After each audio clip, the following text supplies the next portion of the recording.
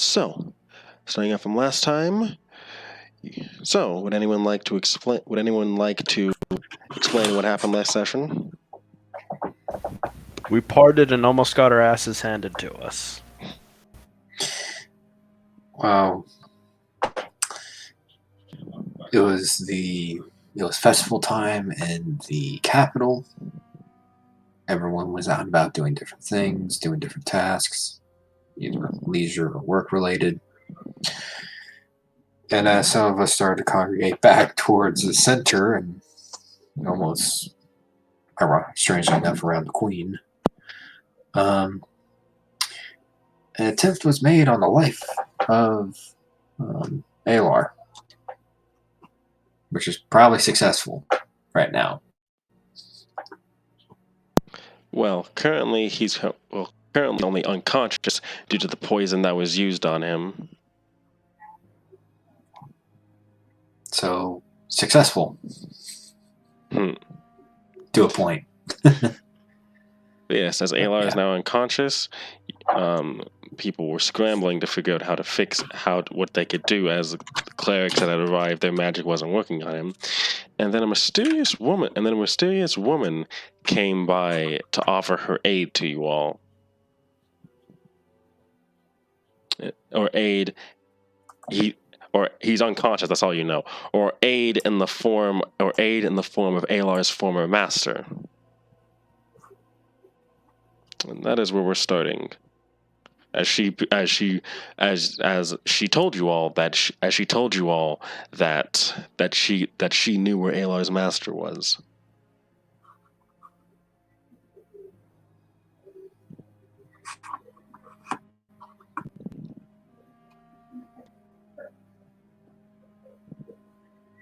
Wait, she knew where Aelar's master was? Mm-hmm. I thought she is Aelar's master. Nope. She said that she knew where his master was and could bring you to him.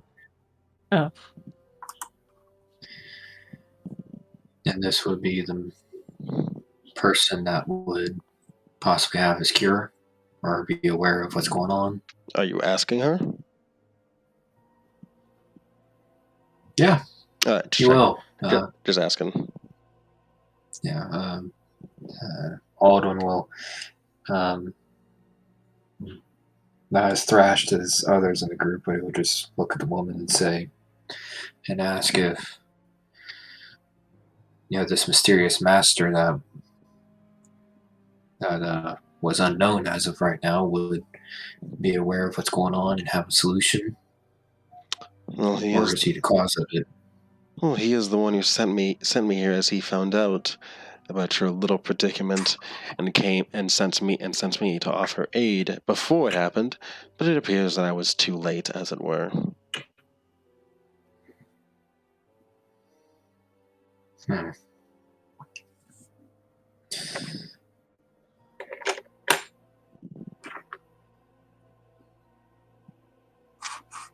It was too late to stop the attack, is my exact meaning.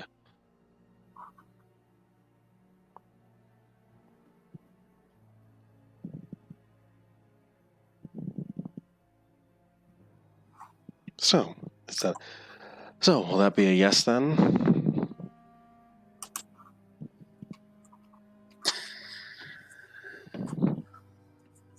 Whatever you can offer, we'll take it. Or we'll consider it. Alright then. You will see her take a crystal take a crystal out of her pocket. It is a very, very familiar crystal, actually, to each and every one to all of you except for Illum. Actually, no, Illum will have seen this too, as it appears to be the same crystal. Remember those crystals that the Eternals were stuck in underneath Aelar's tree? Yeah, boy. So, yeah. Mm-hmm. This looks like a crystal of that type. It looks like it came from one of those potentially. And she proceeds to clench it tight, and it proceeds to glow before suddenly you are all transported to a rather peaceful meadow.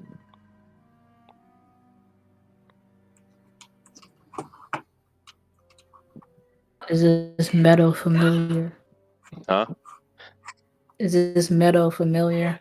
It is not familiar at all. In fact, looking at the sky, this doesn't even look like Acria sky, I mean.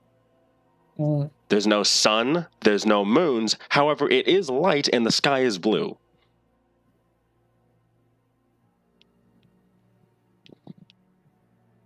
Okay. Hmm.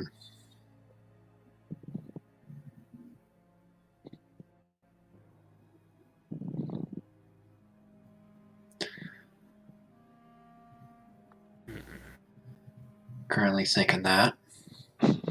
To whether if Trevor said that in character or not.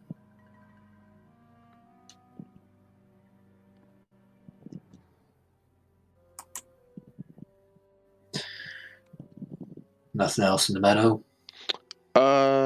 So she starts walking through the meadow. Do you follow? Yeah. Yeah. Or I could just lay down and stare at the sky. One or the other. Funny. So, you follow her, and she you're walking through like this meadow of basically tall grass, and eventually you do come to the top of this hill where you see you guys have seen the Dark Brother and Light Brother's cloaks, and you know what they look like. So I don't think I need to post the picture again. But you see a person that looks exactly like that, but his cloak is black and white. Perfectly balanced. All things should be. So we got a fourth Eternal up in here.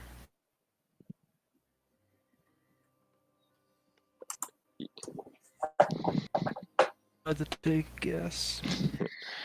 You see, he's just their back is to you currently, but they're kind of just looking out over like this basically field of there's basically down the hill there's basically an entire field of meadow. They're just staring out at it.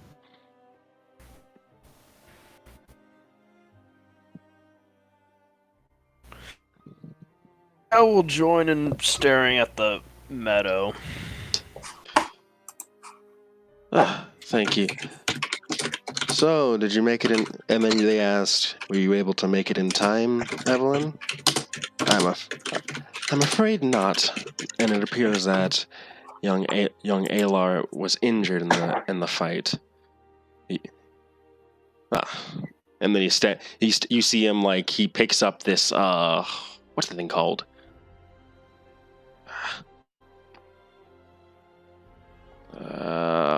What's the thing that you pick off the ground and you basically blow on it and send out a bunch of little things? Dandelion. Thank you. Dandelion. I think the name. Yeah, he picks up a dandelion. He kind of like drops a dandelion that he was holding and stands and turns to look at you all. You don't see their face, of course, but you see one white and one purple eye underneath the hood. And you all must be the Lions of Leowin. Yep. Correct.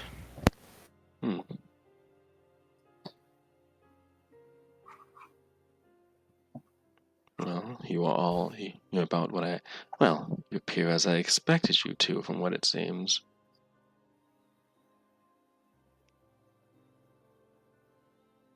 Thanks. I'm not being a compliment, just simply an observation. My name is Sparrow. So close to Sparrow. I assume you already know what my identity is. I can take a educated or wild guess, one or the other. Go right ahead if you'd like to confirm your suspicions.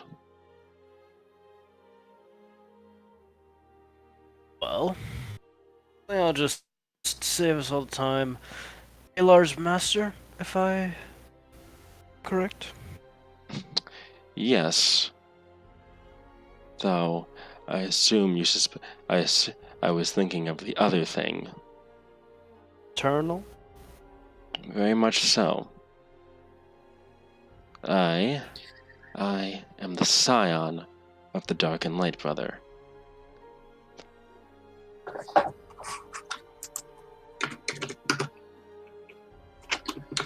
Oh. And I am the one who taught Aelar his infamous dunamancy.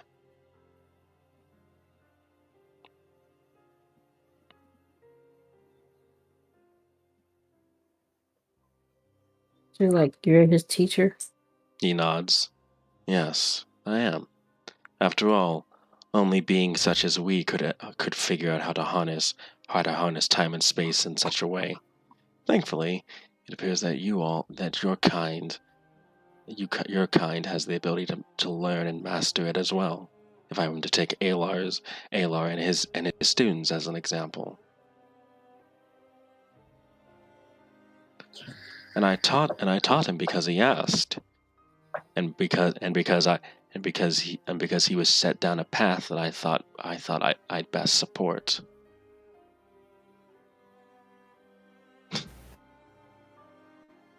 Why harness time and space? Because. Why not? If you had access to the very foundations of reality itself, he summons up a black hole and just holds it effortlessly. Would you not want to learn how to use it as well? And then, as quickly as it goes, he waves his hand and it vanishes. Curiosity isn't just a mortal trait. It extends to the rest of us as well.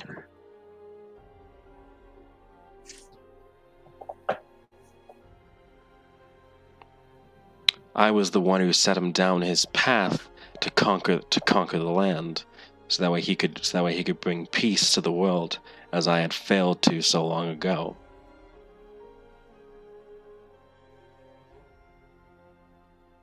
Haven't you ever wondered why your years are called since the fall? Welcome, Carr. You're currently talking to Spiro, Aelar's master. I know you, but I found it. I- 50-40. I- Aelar is a. I already found out the name, dude. This is why I don't get phones. It's the All right, what? counts. Sorry. It was just hard finding tape parts. I'm sorry, tape. You were still breaking up, dude. Okay. God. All right, what are we doing? Okay, is he done breaking up now, or? He muted himself, so I'm not sure. I Alright. think he is. All right. Well, basically, you found Aelar's basically, the woman who has been revealed to be Evelyn has transported you all with an eternal crystal to what you suspect is a pocket dimension. There is where you found Aelar's master, Spiro, an eternal, and as he calls himself, the scion of the Dark and Light Brother. Oh, that's lovely. And he is, he's also revealed that he is the one that taught Aelar the ability to use dunamancy, because he's the one that set him down his path to unite the world, because Spiro had failed to a long time ago. And as I was saying, just as you came in, why do you think the time since year one has been called since the fall?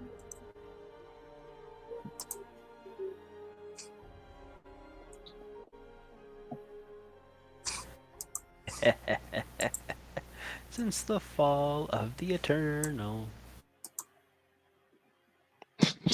Yes. Do you say that out loud, or? Not just the laughing, but no, the chuckle. Alden will chime up. Is that when you made your attempt at mending the world? Oh, yes.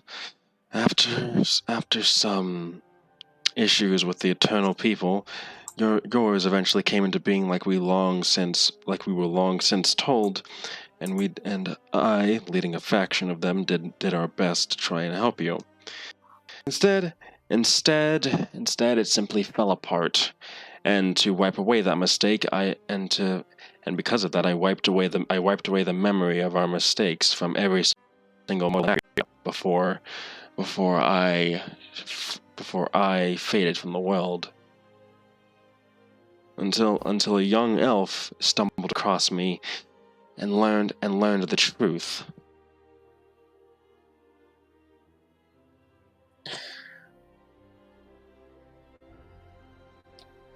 And the truth is what the events that occurred before year 1, among other things, probably. Yes, that and more, and that is what sent him down his path of eventually becoming the Sorcerer King.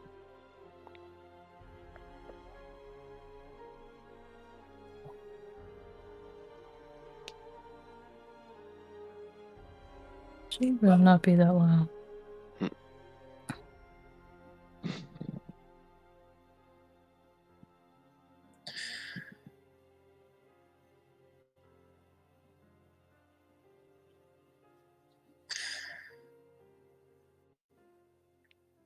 Well, then, as you know, not to cut the business here,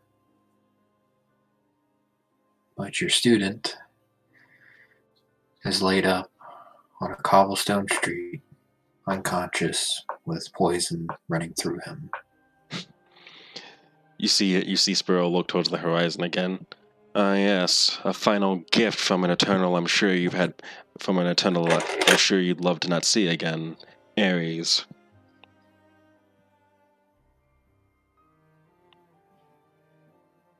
Yeah.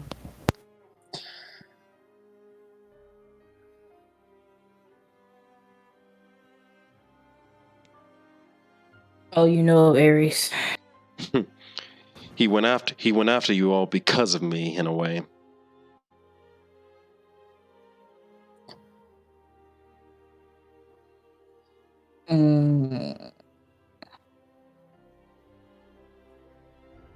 Wait, how so? He turns to look at you. Ares knows of a connection between me and Aelar, and also special things about the other 2 scions that you had in your midst, and so he tried to get his hands on them to ruin a dream that I had long since given up on.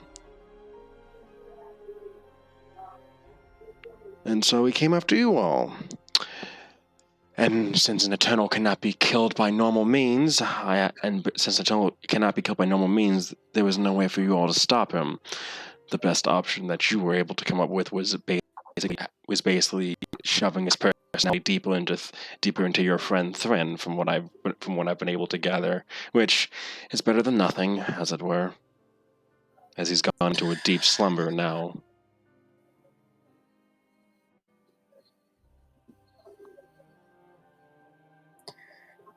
Considering it would have taken an act of literally rewriting reality to take him out. Not even that, unfortunately. By our measures. And yours, something else. And when you say that, Illum, you see Sparrow kind of look at you and say, "I wouldn't go that far." And be careful what you say, be careful what you say about a member of my kind.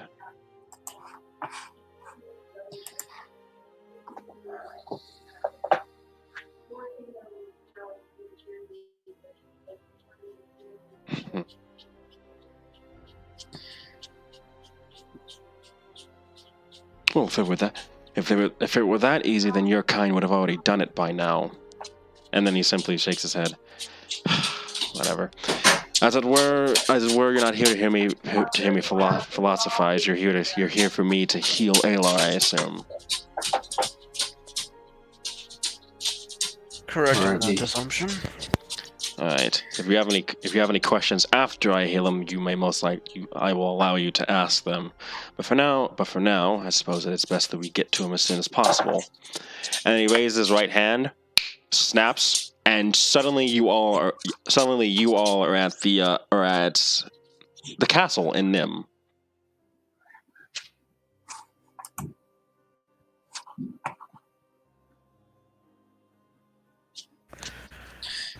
The Well, power we're of the just- Eternals will never cease to amaze me. Which part of the castle did we teleport into? The foyer area, and all the guards kind of look shocked at first, and they're getting the weapons ready before Sparrow snaps again, and there we go, and they all go unconscious, and then he just simply walks forward up the stairs, with Evelyn trailing behind him.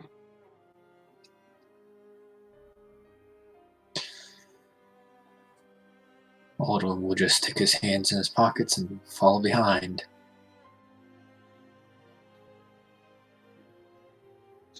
Yeah, I'll follow too. As will I. Same. Yours. Loom's going to say something to Aldwin. Searson, will you follow as well?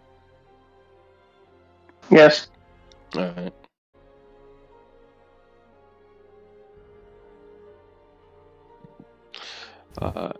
He will head up the stairs, and eventually you'll come to a room that the queen is outside of, and she will kind of like look at you all with hesitation before Sparrow kind of he says something. He basically tells her that he's there to help, and she looks towards you guys for confirmation, basically. Nod. We would not ask him to come if he was going to do harm. Alright. The queen will let him in, and you'll see Sparrow turn to Evelyn and say something that you guys can't understand, and she nods. The door closes behind Sparrow, and Evelyn just leans against the door, basically in the way.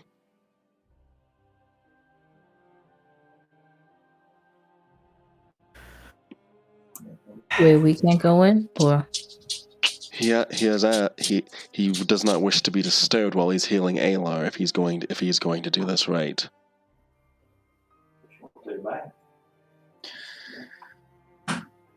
one of his colleagues would at least be in there? Just one. Which? It's your son. Yeah, I was about to say me. Evelyn kind of just stares you Pushes Searson. Evelyn kind of like just stares you up and down, Searson, and then it's up and down, Searson, and then says, "Very well," and then opens the door, slightly enough for you to enter. I will slip on through. Yep. And there you'll see basically Aelar basically bandaged up in a bed with Sparrow. Basically, he appears to be summoning this aura around him. I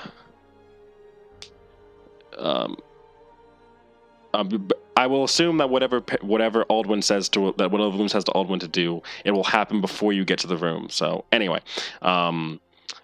you see Sparrow basically summoning this aura over Aelar, this white and black aura, and seems to be focusing on it as it slowly heals him.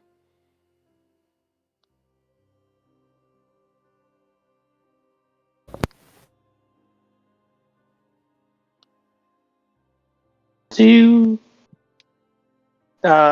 could do me later. Sorry. Okay. I don't have the correct words. What will the rest of you guys be doing? Well, first of all, what does Loom try to convince Aldwin to say to Searson before she goes in? Just to backtrack a little bit.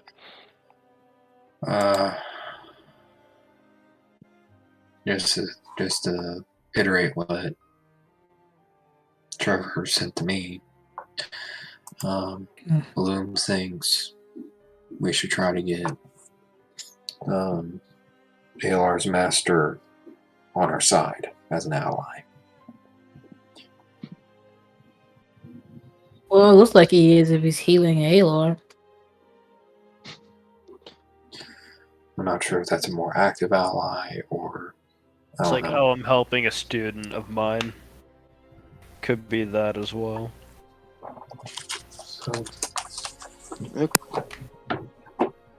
Searson, you were told that by Aldwin, or by Bloom /Aldwin, before you head into the room, so keep that in mind. Well, And Take it into consideration. All right. And then after, what do you guys do now that Evelyn's basically leaning against the doorway, basically standing guard from what it looks like?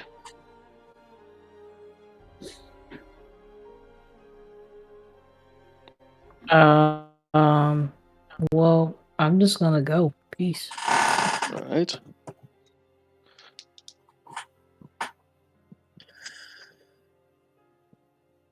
Aldwin will go and drag like a couch or A the chair. equivalent of a lazy boy, a chair or a lazy boy or something, thinking it'll be a little while. It just drags it up the hallway. Sits Drag it through the down Queen's and castle. listen.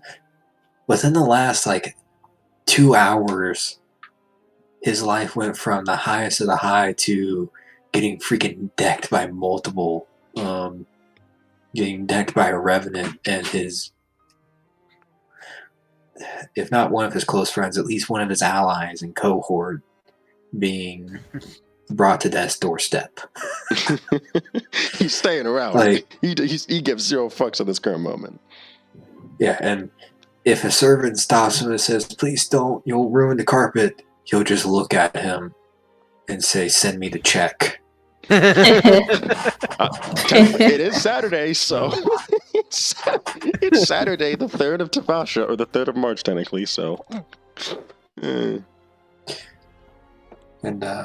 sorry, not to sidetrack that far, but he'll basically find a very comfortable chair, get it to by the door, sit in it, and write in a little journal. Alright. With that, alright, I know what Tate and Aldwin are doing. Kaladin and Illum, what will you two be doing? Guess Cal will join Aldwin. Guess for keep some company or something. He'll, Autumn will point down the hallway. 3 doors down. Second, there's a hallway, take a right, go down 2 more doors, and on the left, there's a room filled with really comfortable chairs. Autumn will say, Should I bring a chessboard while we're at it? You finally get to finish a fucking game. Yeah. Sure, even if we do get criticized by the student number 2 over there. Hey, student number 2. Points over to the guard. Sorry, I forgot her name. Oh, Evelyn? Yeah. Oh, Evelyn immediately says, "I'm not a student." I was about to say servant, but I want to give you benefit of the doubt and give you a better title. And you'd rather keep your teeth, I assume.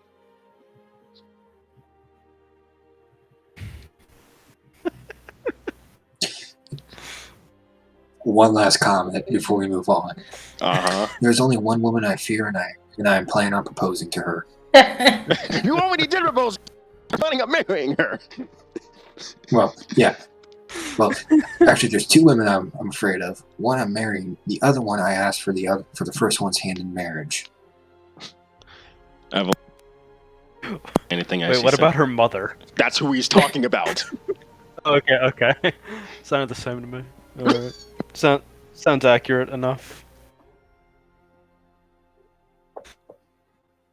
And then we'll turn to Cal and just say, "Bring the chessboard. We're gonna get through a couple of games today." Let's see how many games you get through. But Evelyn's gonna sigh and simply just close her eyes as she leans against the door.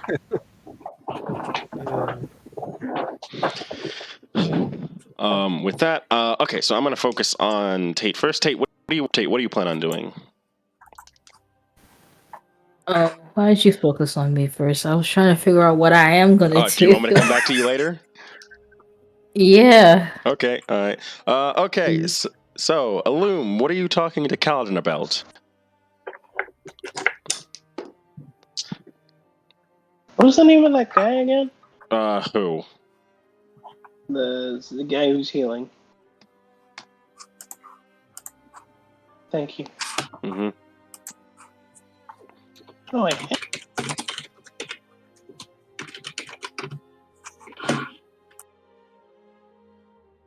Don't call him Sparrow. Jesus, tap dancing Christ.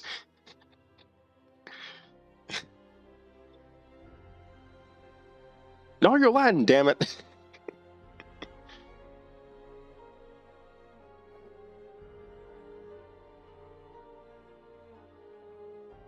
Anyway,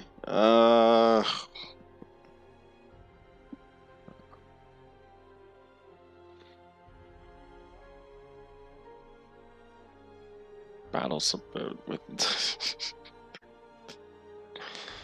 He wants to build some what?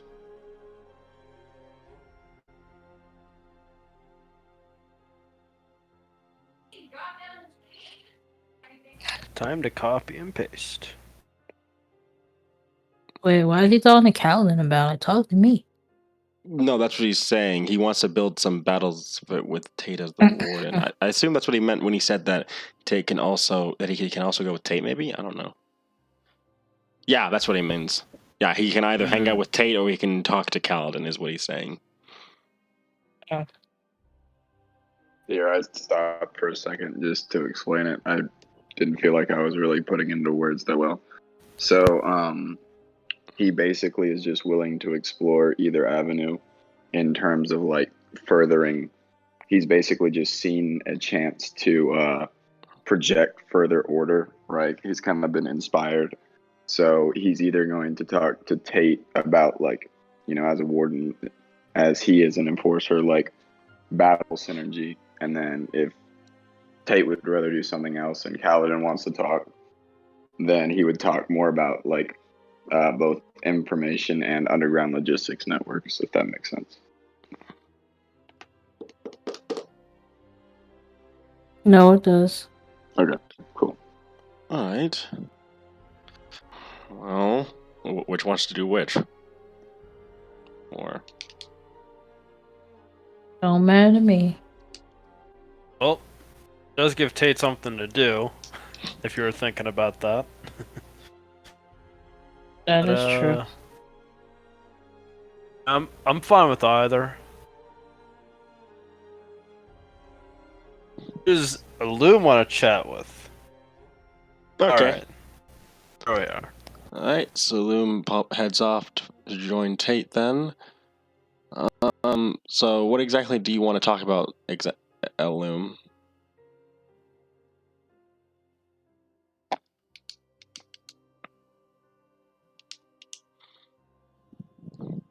He would kind of like to talk about how he's interested in forming a kind of like a subdivision of a security force, right? That's a bit more mobile than the town guard in terms of where it can provide aid through our supply networks to kind of like keep nodes up and running. But it's more focused on ensuring their function, if that makes sense. So while they are like, you know, trained military assets, they also have certain utilities as well. So it's not it's enforcing kind of with both options, if that makes sense, because he noticed that you know, his less savory methods may be a reason that he's not you know, primary enforcer, if that makes sense, and he needs to wisen up a bit. So he's kind of trying to like gauge the intensity of this, the employee means should be in terms of the political context and that kind of thing, because obviously he may have gauged things incorrectly, if that makes sense.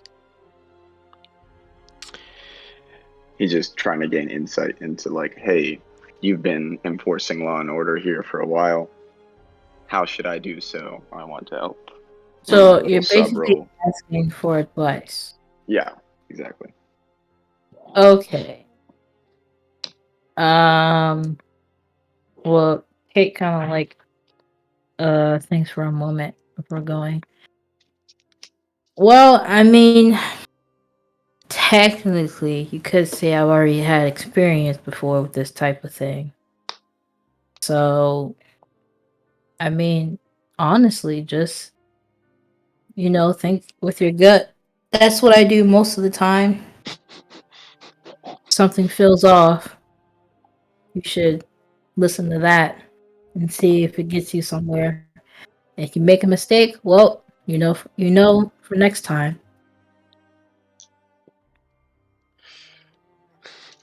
As counsel, I will keep this in mind going forward, both as a comrade in arms, but also as the enforcer in the lands which we will travel to soon, I suspect. Back to soon, I suspect. An honor and a privilege. And then I guess he would just like bow and exit the room unless there was more to be said. Or, I think that I don't know. Well, he was gonna say, yeah, if you need help, you can talk to me about it. If you're ever in some type of trouble or whatever, or if you need more advice. Appreciate that very much. I will be sure to take you up on that offer when it next occurs. Till next time. Okay. And then bows and leaves. All right. Was there anything else you were able to think of doing, Tate, or still thinking about that? Actually, what time is it? Funnily enough, it's still morning, actually. And okay, and we're at the Queen's Castle. Yep. Yeah, you are. I think I cut out there. So yeah, you are there.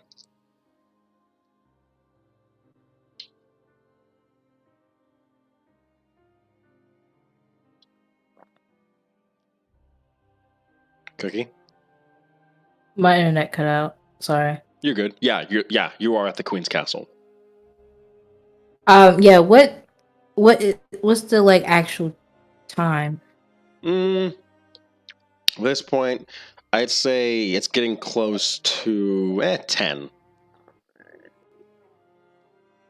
Okay. Well, he is going to get some coffee. There is a local cafe in town. Yeah, he's gonna go there and get some coffee. All right, you walk over. You walk into this coffee place. It's called the Silver Blend. Okay. You see this tabaxi woman who kind of who kind of notices you as you walk in and says, welcome to the Silver Blend. My name is Silver of Shades. How can I help you today? Hates a man, so he's gonna get black coffee. Is he with really? whipped cream on top. Is he really? Yeah. Well, I see that Tate's got no taste. He wants black coffee. Look, as a man, well, he got whipped cream. I was about to say, as a man myself, I'll take some sugar and stuff. Thank you very much. Anyway, okay. He just really wants the caffeine. Okay, that'll be so that's gonna cost you 2 gold. All right, and I give it to her. All right, she takes it. You see her pull out this alchemy jug, and then she kind of thinks for a moment, and you see her basically pour out piping hot coffee with a little bit of whipped cream on top straight into the cup, and she hands it to you. Thank you. It's amazing when you realize that coffee is just water and coffee beans. Then you can use this. She motions at the alchemy jug.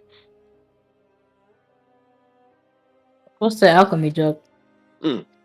So it is an object that can pour out it is this magic item that can pour out a certain amount of liquids depending on the type. And since coffee is technically water in a way, you can, she has a special type of alchemy jug that basically lets her pour out coffee.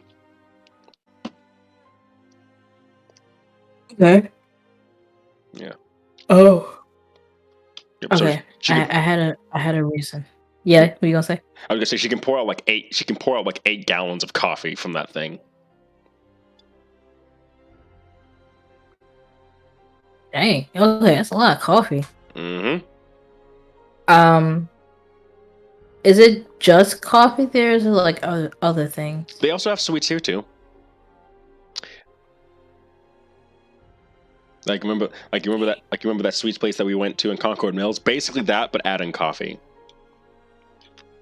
Ooh. Okay. Wait, which one? The chocolate place? Yeah, the chocolate place. Okay. Okay. Well, he's gonna get two. He's gonna get like a bag just full of like chocolate treats. But while he's like picking the chocolate out, is there like is there like a different person or is it the same tabaxi? There's actually a second tabaxi. This one's a male that says that he's silver of blends. He goes by blends though. Blends. Okay, so yeah, while he's like picking out chocolate, he's also kind of like asking him, so like, you like being here? You know, anything? You're okay with how the queen rules and all that type of stuff? Oh yeah, the queen's great. It's her entourage. I could deal with less of, but she runs this place. Handily. Even Her with entourage. the nobles that follow her around. But yeah, even with the siege a couple years back, she kept this place. She kept this place running even when it was under siege. Now that's true leadership right there. I see. He kind of like leans against the glass and like he's interested before going. So her entourage consists of all these nobles. Anyone in particular you don't like? The Blackwoods. Oh, assholes all around. I swear. You say that. Why? What's up with him? Silver of Shades, or Shades as she goes by, she says, "Be careful, or else they might send an assassin after you in the night." Oh, ha ha! Very funny. Stuff like that. They're basically the black sheep, pun included, of the capital in a way. The mistress is known for basically summoning assassins to kill anyone she doesn't like, though no one can prove it. And the husband, everyone knows he owns the Thieves Guild in this place. Really? Yeah, their son's not that bad though. He's an asshole, but he's not that much of one. Who's his son? Bruticus Blackwood, from what I hear, used to be a former forest knight. I see. Is he? Do you know where he usually hangs out at? You can find him at the family home, maybe. If not that, then he's probably. If he's not at his family home, and he's not at a local bar. You might be able to find him in the city underbelly, or maybe doing something illicit. I thought I heard that he ran into that Aldwin guy. Apparently, the two of them used to be forest knights together. Interesting. Okay. Yeah. Once Tate kind of like gets his chocolate, he like pulls out like 20 gold and gives it to him as a tip. Oh, thanks. He also gives it to the other tabaxi too, who did his coffee. She takes it and smiles, and then just kind of at Blends, who kind of like just closes his eyes. All right, thank you. I'll tell my wife about this place. She'll love it. Make sure to come back to this. Make sure to come back to the Silver Blend.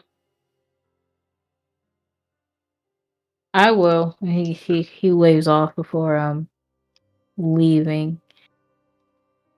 You don't have to do this right now, but I'm gonna take Alwyn with me because I want to see the sun. All right. Then let's head back to Aldrin real quick. Oh, what are you and Calvin are up to your game, right? Oh yeah, but Correct. He's gonna have a little conversation with Cal about something. All right. Ironically enough, related to what Tate is doing. Yeah,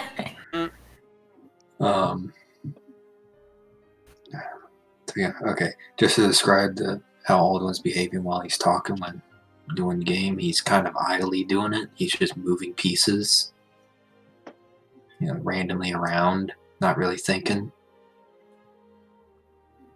Seems you're not putting everything into this game. What's on your mind? He'll, oh. Just to make sure you're fully aware of me and Core's relationship status, or soon to be status. Well, you have my support, and if anything should happen to your body, I'll make sure to give you a good burial. I literally thought he was about to say for a second, I'll be sure to keep your wife happy while you're gone. I actually thought he was about to say that. I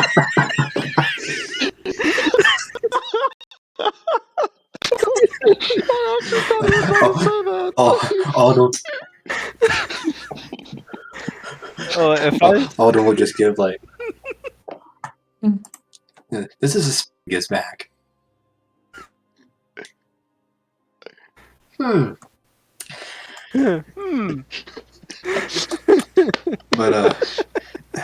you sent a. I'm gonna try to be quick about this, but once everything related to Aelar is wrapped up here,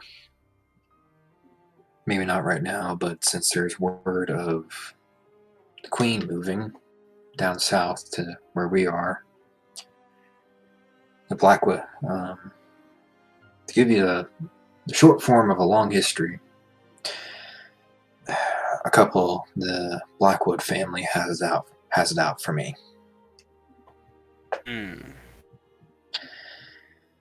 I thought that blew over when I dropped off the map, but apparently they're still sending assassins after me whenever I'm in town. Can't make a motion. Once all this wraps up, I wanna go talk to at least the patriarch of the family. I feel like he's the source of some of the assassins. Sure it's not the matriarch, dude? Both of them, but I don't want to be stuck in the same room with both of them at the same time. Or maybe at the same time, so if something happens, they conveniently he'll make the sound of someone getting choked or stabbed.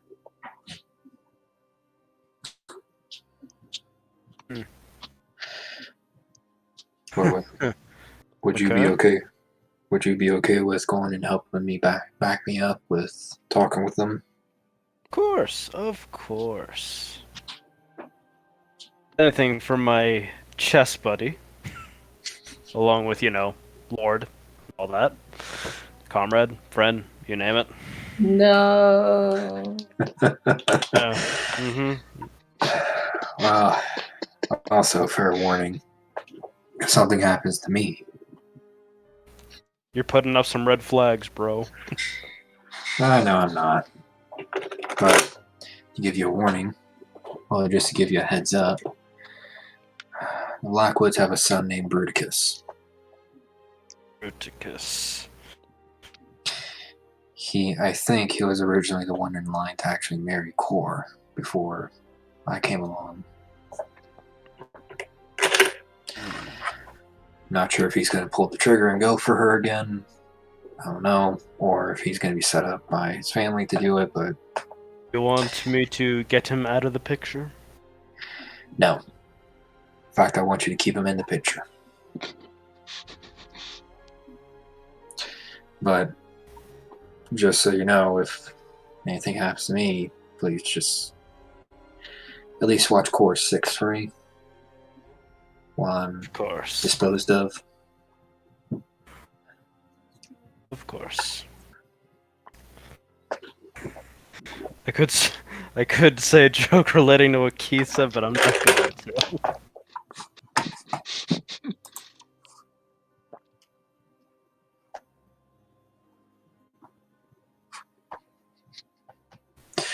Oh, yeah. Yeah. You do realize he can Alden will look at Cal. Feel free to sling any jokes around. It's not like I've been beat the crap. Both of us either are tired and beat the crap because we were involved in an attack with revenants and poisoned swords. Oh wait. I mean, I could also take care of her while you're gone, but leave that to chance. Yes. You hear Evelyn. He'll look over at him. You hear Evelyn just go ugh in the background. He'll look over at him.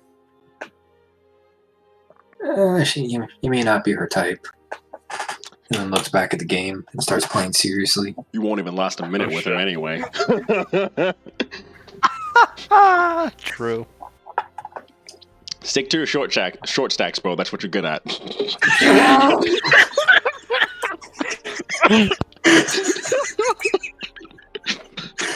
God damn it.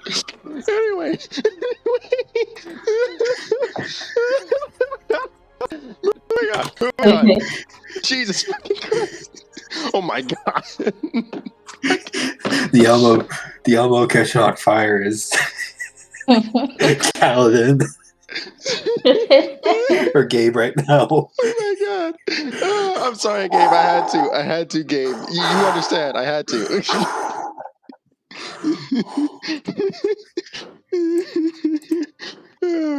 Okay. Why you gotta do me like that, bro?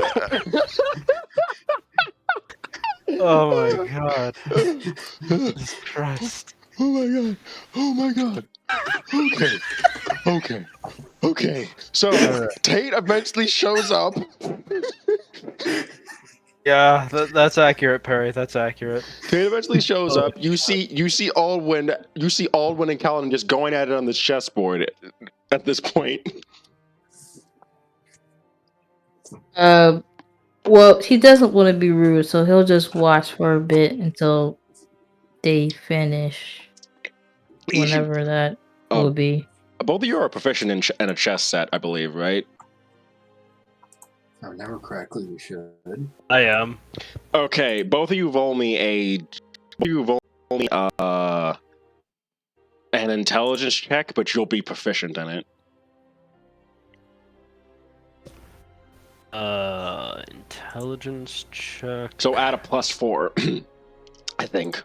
So, +6. Alright. Wait, let me just double check to make sure. I just roll a saving throw because it has a +6 to it. Sure, go ahead. Alright, I'll just roll Advantage or no? +4. Straight roll.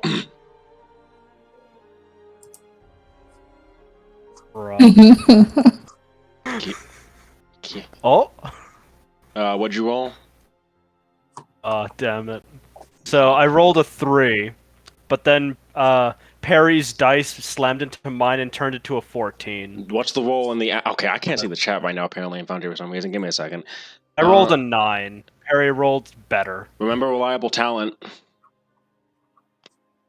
But that's only with stuff I'm proficient. Oh, yeah, that's right. You're proficient in the chess set. So that's 10. Right. So that's 10 plus your modifier. That's 16. Good. So, you are barely able to. So at first, this is a really, Tay, from what you can see, this is a really neck and neck game. It gets down to the wire, but then Kaladin is able to get one of his pawns that Alden was not able to notice to the end. I believe that's how it works. If you get the pawn all the way to the end, you can change it into another piece. You can change it to a piece that you've lost. Okay, so yeah. Aldrin doesn't notice as Kaladin gets a piece all the way down to the end, and he turns the pawn into a queen, and then absolutely ravages Aldwin from behind. Phrasing. Anyway, yeah. Yeah. Yeah.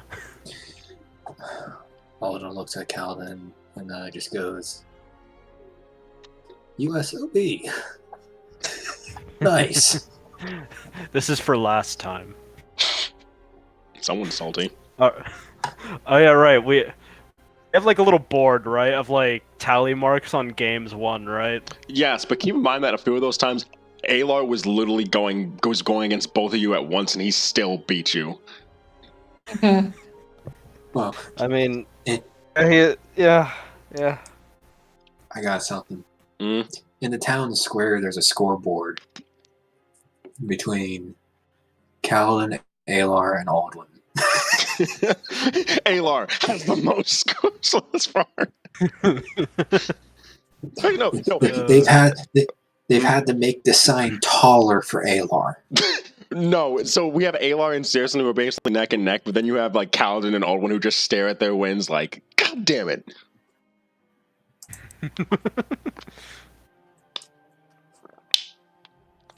Yep. Yeah. Anyway, with that, so Tate, you can see that they finished their game with Kaladin being Aldwin this time. Kaladin makes a mental note to add that to the scoreboard.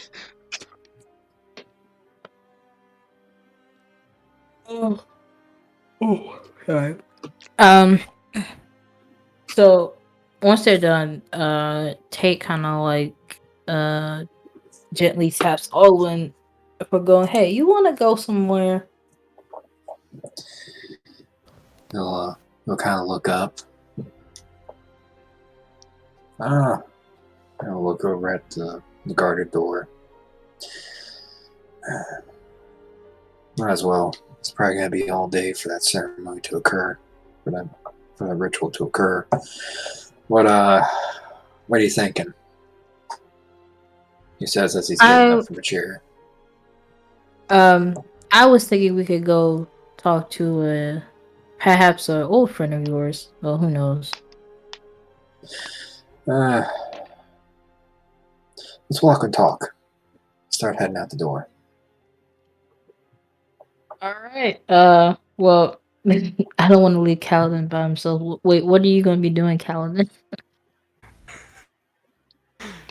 So Illum wants to talk to Cal, I think. Alright, that works. Cal will talk to Illum. Alright. Evelyn doesn't seem to be paying attention to you all from what you all can see. In other words, the usual. I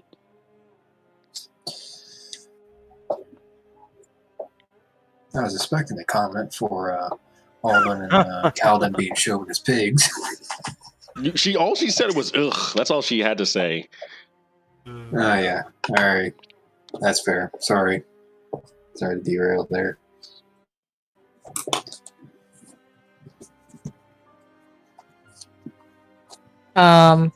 Wait, is this Illuma Kaladin or is it still me and Alwyn? It's It you doesn't matter to me. you and Aldwin. I'll just have it to where you two will switch around now. Actually, real quick, since before we do that switcheroo thing, Searson. Yeah. What? It's your turn. So what are you up to? I'm in the healing room, right? Yep. Gonna close the door.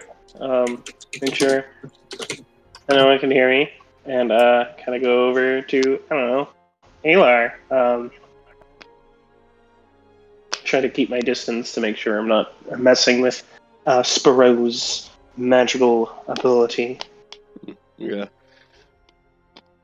He seems to be working on Aelar right now. Once again, I said magical glow over him.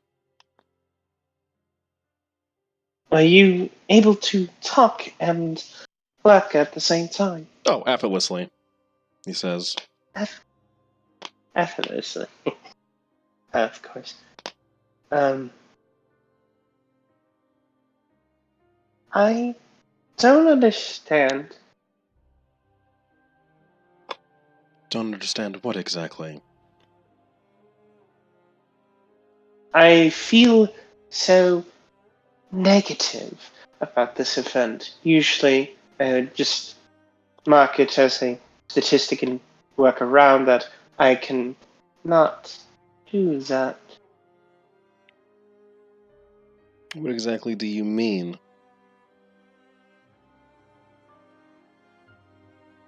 I don't know. It's what do they call it? Feelings, right? Hmm. I feel negatively about the situation. As people do. But I'm not used to that. I'm sure. From what I gather, typicals make a habit of not choosing to feel that sometimes. Do you feel that? Yes. Here and there, I have felt that emotion before. Currently, in the moment, not particularly.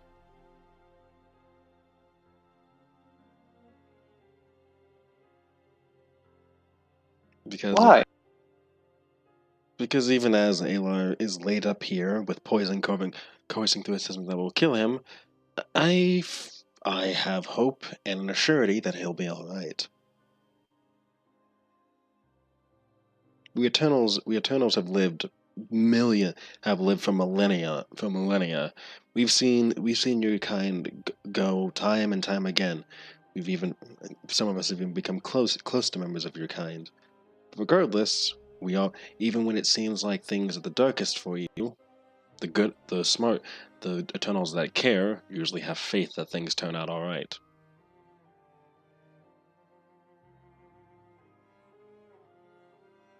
She'll go and clasp his hand. If that's all right. Do you mind if I can hold his hand, if that's all right? Go right ahead. It'll have no effect on what I'm doing. Currently purging all the poison that's in his system. This is a special brew, as it were, that I'm sure Ares gave them the concoction for. Feel his hand? Does it feel warm and alive? Or? Yep. Okay. It's starting. Yeah, it's starting to warm up. Before, when he first collapsed, clammy and cold, but now it seems like he's getting better. Yeah. How long do you think this process will take? Maybe an hour or two. Maybe an hour or two at best. I'm sorry, I should have clarified. I meant the feelings. That's never. Well, if I had to hazard a guess of why you feel that way, it won't ever go away. You'll simply forget about it. That's what happens. That's what happens when you care about people and you see them get hurt. And no matter how hard you try, there's always a situation where they will get hurt. You have to just adapt to that. People. Hmm? She kind of scoffs at that. Caring about people. Would you not? Does that not describe your situation quite well at this current moment? I guess you're right. Caring about people. I'm just not used to it. It's based off of reciprocity, really. Would you care to explain? Well, I only partake in positive relationships with people who would give back some sort of, well, either political or strategic gain. For example, my comrades allowed me to get to my position that I'm at today and make Leowyn a much safer place as a result. That is why I am with them. However, with Aelar, that's not entirely the case. I mean, yes, it is still that, but he just makes things better by being here. Do you understand what I'm saying?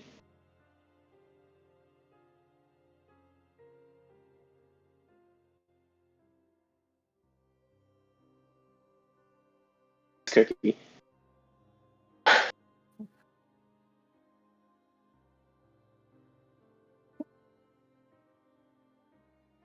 Keith? Keith, are you muted? God damn it! My mic is suddenly unplugged. Anyway, I was saying that. Okay, let me start over. I can see that happening. Yes, because because oh god, okay, I can see that definitely being the case because instead of it being a political or economic or power nature for you, it's for the relationship between you and Aelar is most likely more personal. Is what that is something that comes from when you become close with someone, as it were. I know the feeling quite well, in fact. What feeling is that? Well, you feel happiness when they're around. You feel content and wish to spend more time with them. And then when they're gone or when they're hurt, there's this reaction from you that you usually that isn't logical, that you can't explain, but it feels right to do in the moment. Isn't logical, but feels right in the moment. It's not planned. If emotions like that were ever planned, I would say that everyone in the world is a psychopath. For the things we do, because of the things we do when we're in a heavily emotional state. She kind of grips a bit tighter and more angrily. If that was really true, then why did I have a relationship with my husband or a family member? What are Tickreels just all psychopaths all of a sudden? No. Deep down, you Tickreels can't deny your emotions. You try to. We don't have emotion. Spiro then looks at you. Is that? Oh, really? I think you might have to tell your creators that.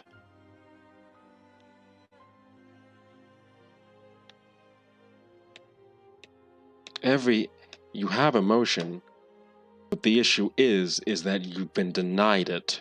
You try to deny it in different intensities, and as such it eventually feeds back, whether positively or negatively, into what you become.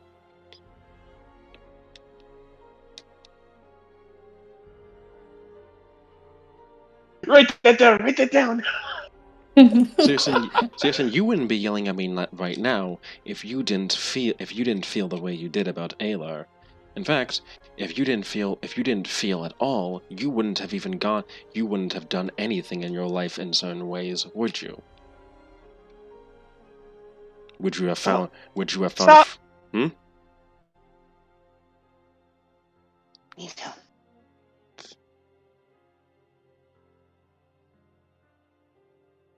I need help.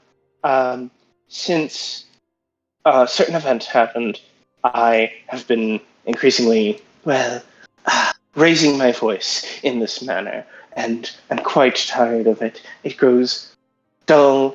It's feelings. These feelings. I am tired of having these feelings.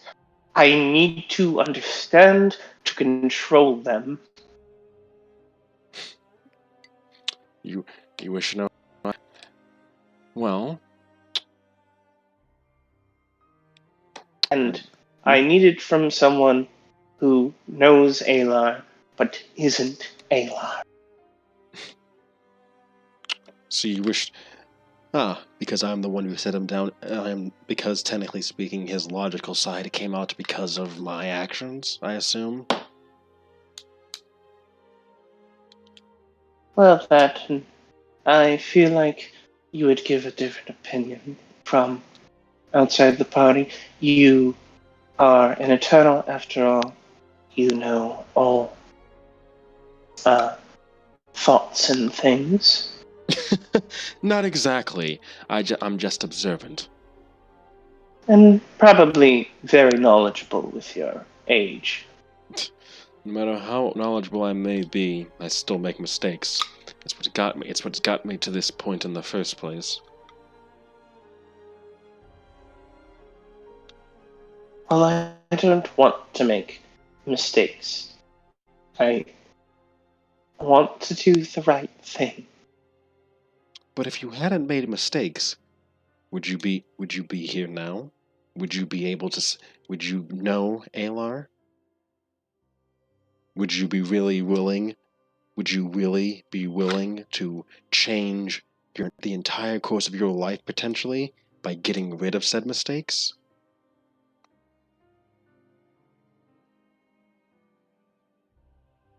No, because what I made were not mistakes. What I made were just a logical miscalculation that ended up in the circumstance as a consequence. Then I solve the consequence and move on. That's how you react to a mistake.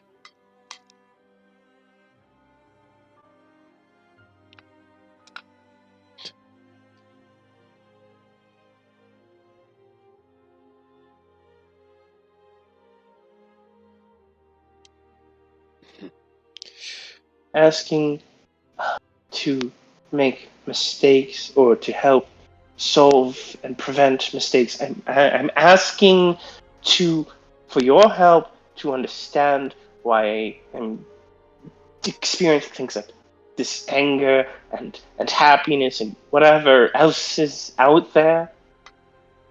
Because if I had to hazard a guess, it's because you. Why It's all of this has to do with Aelar.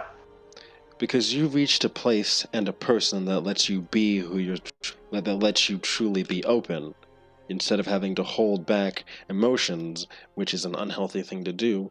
Eventually you've gotten so used and so comfortable to where you are that you're unleashing them, whether you know it, whether you do it actively or subconsciously. Leowen, the lions, Aelar, all of it is fed into you growing content with where you are.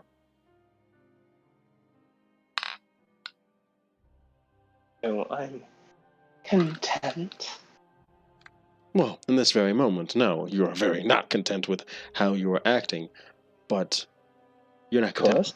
You're not content with how you're acting. However, your situation as a whole, the home you've made, the friends you've made, the actions you've done, you're becoming content with. And as such, Gabe, sorry. and as such, you are letting yourself finally feel you are growing in a way.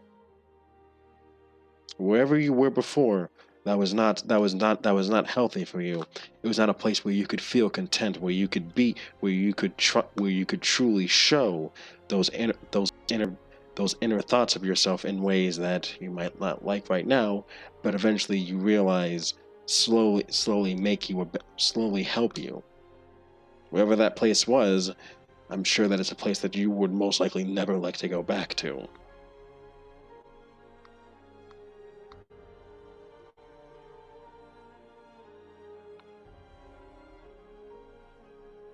I have one more question to ask Spirel. Well, two more. I apologize. Go right ahead. Firstly, are emotions good? Yes. If some of my kind had understood that, some things that had happened in the past would have never happened. We wouldn't have destroyed ourselves.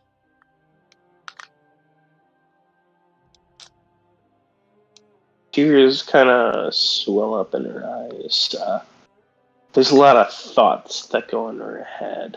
Cognitive dissonance, as the psychological term is called. Coming in, settling down.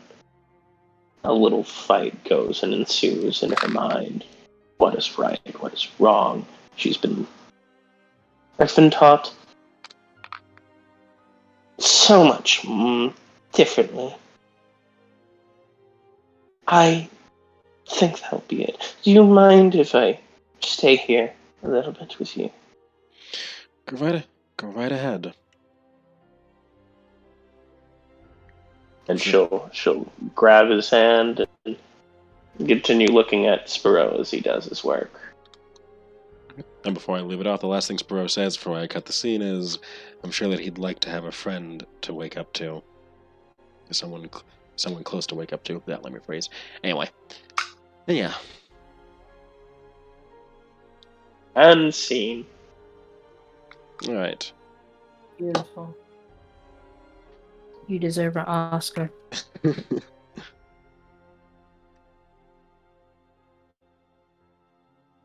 Okay, next up is Alwyn and Tate, as you all go to find Boudica, I assume. Yes. Okay. I'm not gonna have you. Just to open, I'm just assuming they're out in the street and kind of moseying around. Yep. Real quick, Tate, before Yeah. we go on this buddy cop adventure and maybe burn down a couple of buildings. Okay. What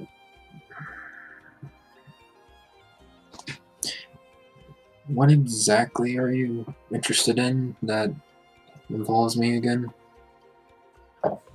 Well, I was asking around, the neighborhood, trying to get more information about the queen and whatever. And I found out about her entourage.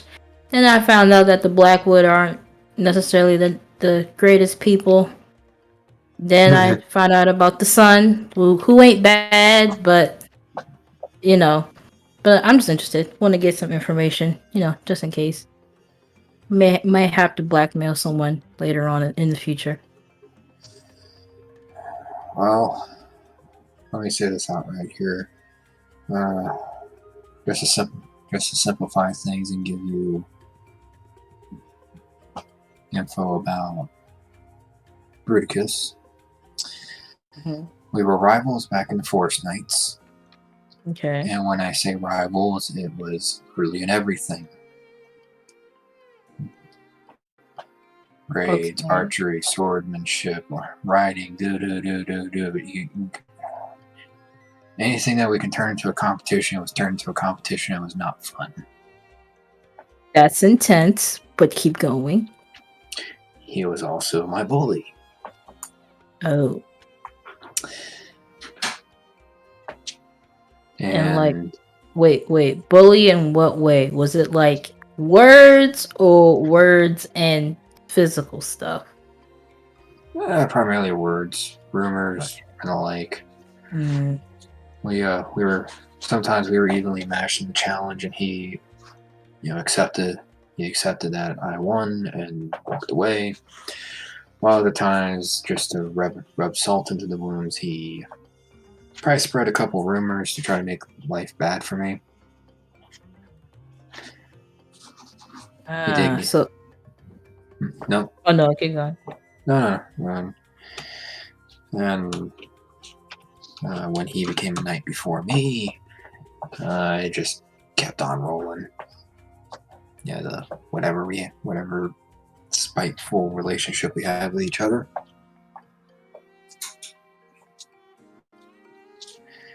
So, but the time since the fall of the order and meeting him here, we've both calmed down enough that we respect each other. And I even feel a little sorry for him, where he is now. Respectfully, Alwyn, you should just rub it in his face. You are Lord now. No. Tell him. Yes. Oh. Me walking around in freshly made leather armor, carrying a moon bow, but also having a scimitar speed, and what is it? What's the term? A shit ton of gold. Engage. A crap ton of gold, and also engage to the woman he tried to marry himself, or tried to court himself, is enough in my book. But I also want what you want in the future. I know Calden, but also you to work with him. I mean, we can do all that stuff, but also it would give me joy to see you rub it in his face. But if you don't want that, then we can just, continue on our regular business. Well, I was thinking about buying him a set of half plate, I think it is, that doesn't hurt his stealth, and enchant it to like a +2, and then potentially forge him a moon weapon for him. That'll be enough to rub in the face of him that something that he has to hunt and find, and I can snap my fingers and give it to him. Ooh. That would be cool. Also, where's your ring? You have to show it. Just like subtly show it when we're talking to him. Just like do some kind of weird hand gesture just to see, oh yeah, you're also going to be married soon. Come on, Aldwin. Shove it in his face. Well, he'll feel his glove. Yep, the ring's down in there, and he probably spotted that, the bulge around my ring finger. So, if you really want me to be petty and rub it in his face, sure, I'll do that for you. Good. I come from a family of pettiness. At least take a little bit of joy in it. Yeah, I'll take a little bit. But also, what is it?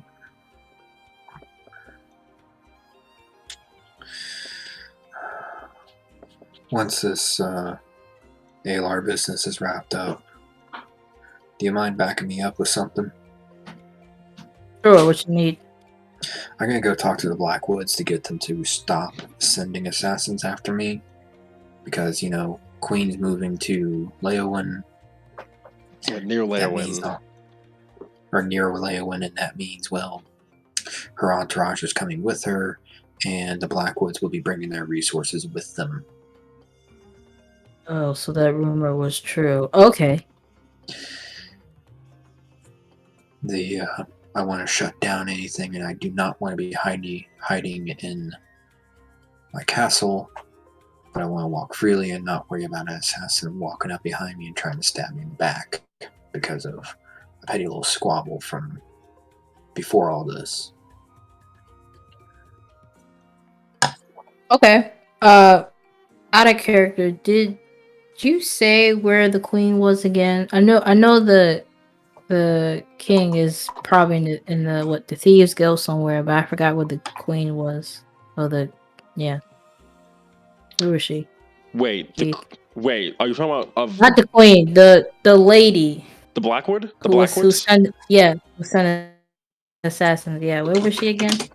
So both of them will hang around the queen basically, because basically the matriarch. Okay. So the matriarch of the house, the matriarch of the house is usually the noble, the one that actually gets to talk with the queen. The patriarch is more of like maybe the muscle or the. Well, actually, no. In this case, Aldwin would tell you that Julianus Blackwood, Bruticus's father, he's more of a merchant that happens to have the ear of the queen sometimes. And as you found out, Tate, he supposedly has the Nemean Thieves Guild under his thumb. The wife, on the other hand, the matriarch, Kalina Blackwood, she's a noble who's rather cutthroat, and she's the one that probably hires out assassins and stuff. Oh, so it's the son that does with the Thieves Guild, not the dad. No, the dad deals with the Thieves Guild. The mom deals with assassins. The son doesn't deal with either of them. Doesn't deal with either of the stuff they touch. What does he do? From what Aldwin was told, he has his own little group that he deals with. Okay. What type? I don't think Aldwin asked in detail about. So. All I know is he has his own little group of muscle that lets him have some flexibility, though it leaves him penniless to operate them, so take that as what you will. Okay, well, let's see the son then. Alrighty. Where'll be a place a seedy lowlife like him would hang out? You'll say sarcastically, or half sarcastically. Well, I heard that he might be underground, right? Or If he's in if he's not at his house or the Queen's castle, he's either at a bar or he's at some city underbelly.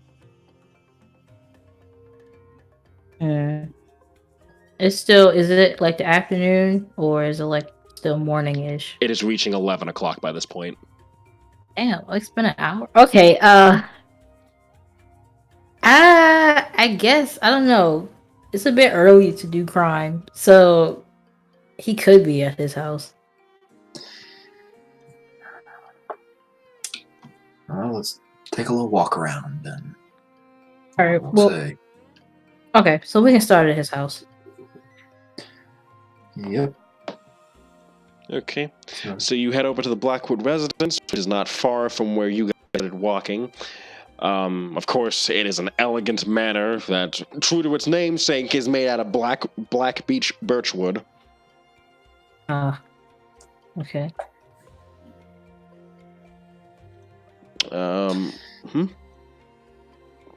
When Aldrin looks at the place, he'll say, "This place is an eyesore on a noble quarter and should be burned down."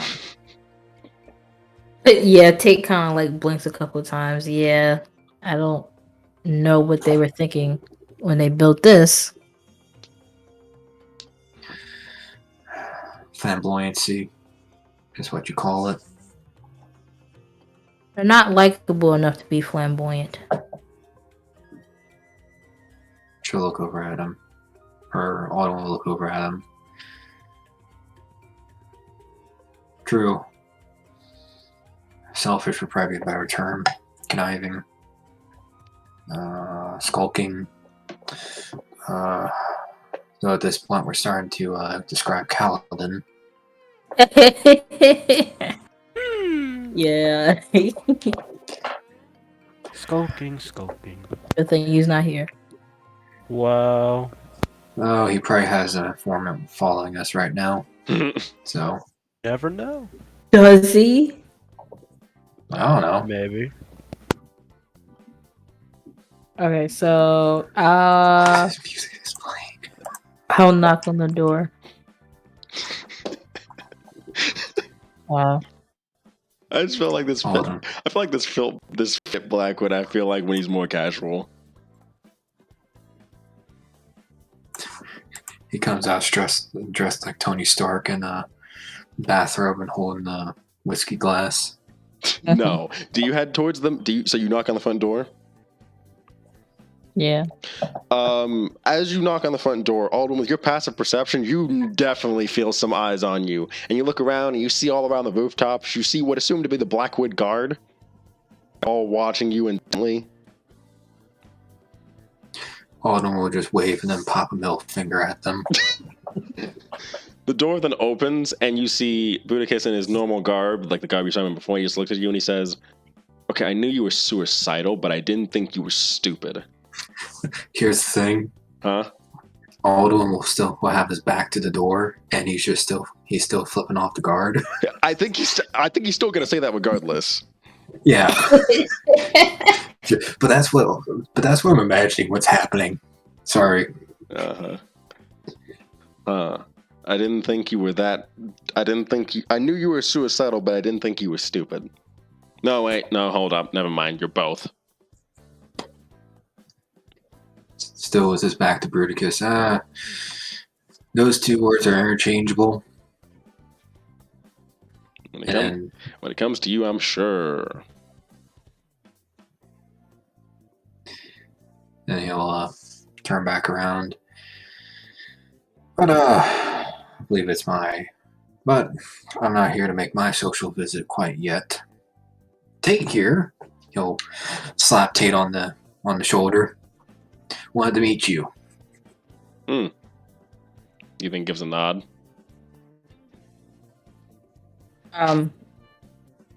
Bruticus, how are you, man? And Tate kind of like gives him a friendly, well, kind of hard, but borderline friendly Pat on the shoulder.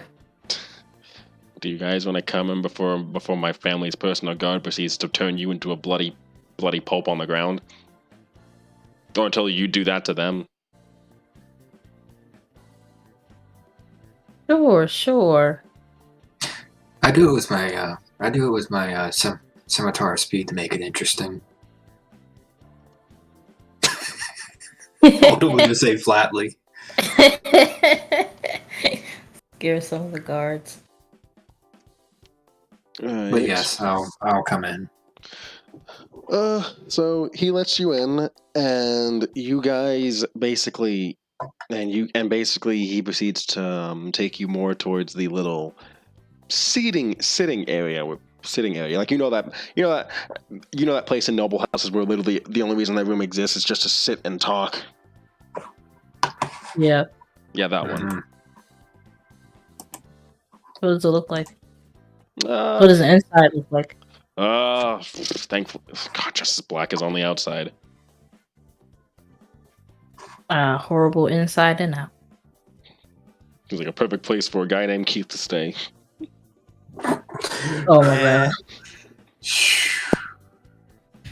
Oh, wow.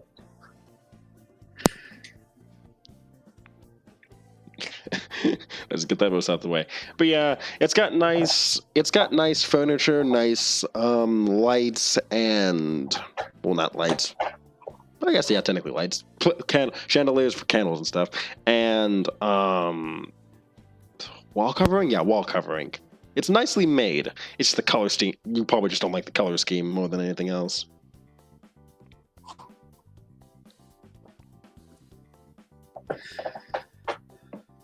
Hold on, I'll just look around. Oh, what are you gonna say, Perry? Where do you keep your pet snake? Don't have one. Well, then where does your mother keep her pet snake? Not in this house, that's for sure. Good. I'm pretty sure that she got rid of that after the. I'm pretty sure she got rid of that after the snakeling incident. Snakeling incident? Don't ask.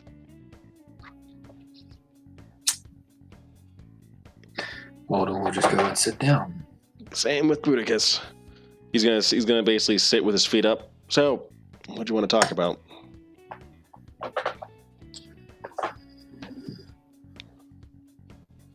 Oh. What? I forgot what you wanted to talk to him about. I do know you were asking around about him. Yeah, I didn't really say for a reason. So yeah, Tate kind of like leans back in his chair in the chair and goes, "So I heard you're not, you and your family aren't really well liked around here, despite being part of the Queen's crew." Well, yeah, several of the noble families around here aren't that liked. The lucky ones are his family. He points over to Alwyn and the Ritherans, and that's barely for the Ritherans. But it seems like your family is kind of like the black sheep of it all. It's interesting. Where do you think the term black sheep and blackmail came from? Yes, I know, play on words, but getting back to my point, I think you and I can help each other out. If you're gonna suggest that we take down my family or something, pass. I wasn't gonna suggest that. Just covering my bases. So I'm assuming you don't know who I am. You're Tate Severin, the Warden of Leowyn, the leader of the Dragon Guard, as I've heard some people call it, and also one of the. I think I've heard quite a few Baker Guild girls squeal about you like at least 5 times a day at this point. If it weren't for the fact that you were married, you'd probably be one of the most eligible bachelors to the girls here.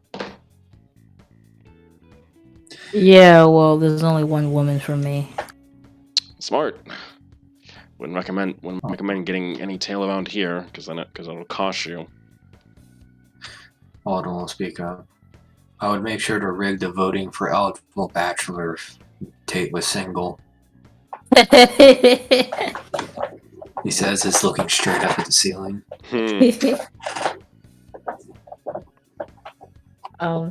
Clearly you have looked me up. Yeah. Or you have heard of me. My parents have mentioned your group quite a few times, and my own group likes to keep track of things. So you didn't know I was was is kind of a loose term, but I was part of a crime syndicate. The Maroon Dragons, you know about them? Oh yeah, they set up in Leyland from what I heard, kicking out all the competition. That was kind of annoying, but yeah. That's rather interesting. Didn't know you were part of them though. Just thought that though I should have, considering that your emotions towards you. Yeah, well, the leader is a very important family member of mine, which makes me think that I could help you out with your little problem for favor of one of my colleagues who wants something from your family. All right. What exactly can you help me with? Well, I can give you a bit more muscle, also raise your reputation a bit so that you at least won't be the black sheep of the entourage. I kind of going accustomed to it. Plus, I mean, the look fits. He says in emotion as he kind of like gestures to himself. Yeah, but sooner or later, being the most unlikable people doesn't benefit you.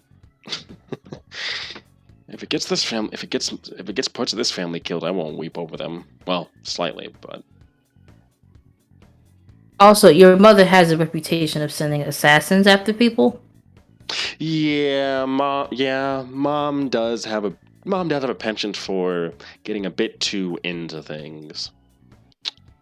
Last one she sent an assassin over got a bit too into her. Oh. Yeah. I'll look over at him. Really? Mm-hmm.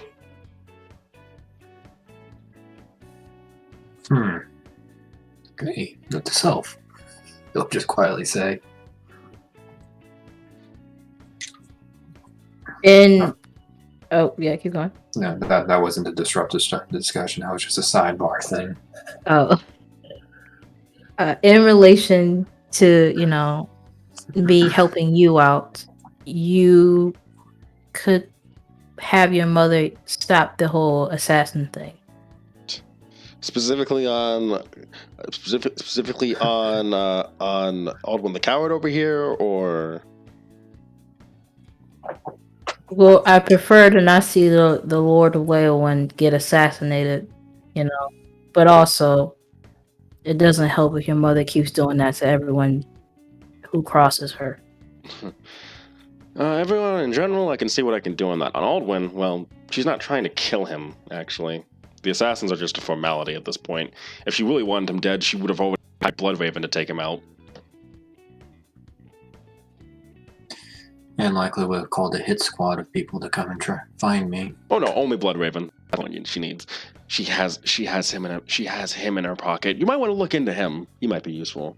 Yeah, I was gonna say Bloodraven. You've actually seen him before. He was with Lord Nilua when he came to visit you guys. During the Merrick arc. He was the one. Yeah, he was the silent guy. He was the silent guy that was hiding up in the rafters with Nerul. Yeah, he was in the rooftops. Oh wow. Okay. Mm-hmm. He's a very expensive and very thorough assassin, but he's worth the money. Yeah, I fucking wrote that down. Fuck yeah.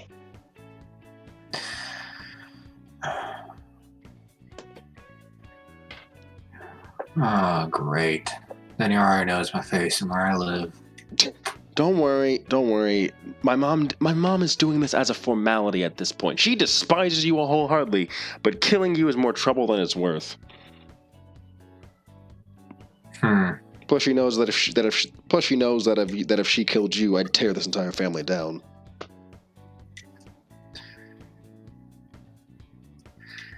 Really, you go after your own blood you would annihilate your own family for my death. I feel touched. He opens his eyes. A forest knight is a forest knight, no matter what colors they wear. We look out for our own. Oh, that's really nice.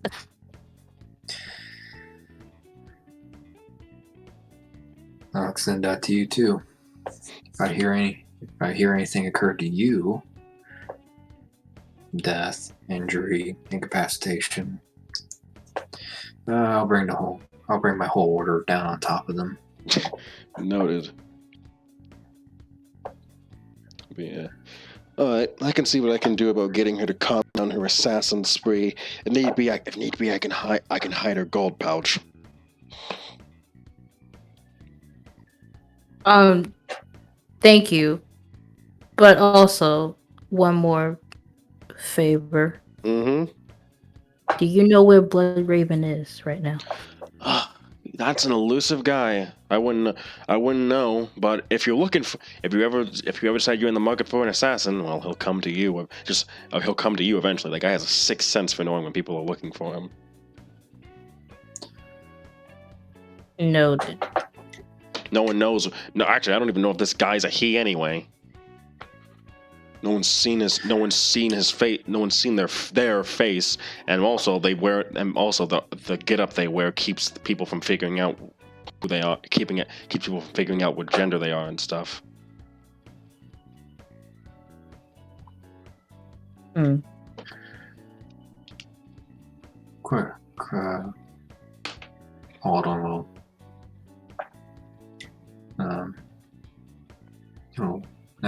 He'll just say it outright. Someone tells me Blood Raven is the type of assassin that you have to put out a bobber and wait for him to come around. Probably a safe bet. Well, then if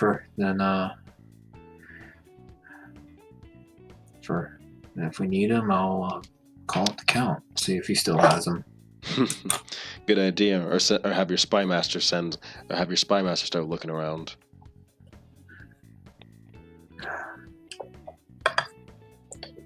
Yeah, well, you can walk through the underworld and get a reaction out of some people. So. Oh yeah, I want one more favor. What is it? I'm looking for someone and I need help finding them. Who? Give me a second here.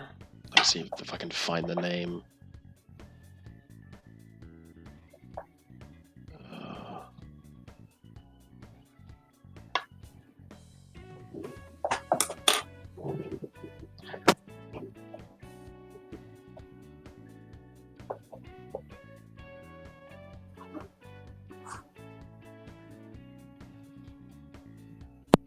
They go by Veneris. Can you type it out in the chat, please? Yep. Veneris. That's it? No last name? Give me a second.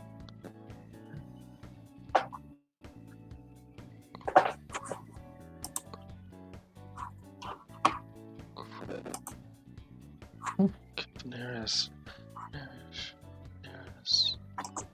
God, how am I having trouble with this?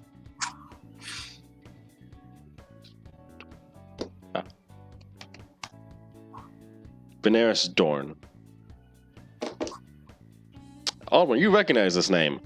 That was the second in command of the Forest Knights.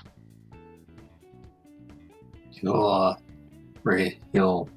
stop looking at the ceiling and level it out and look at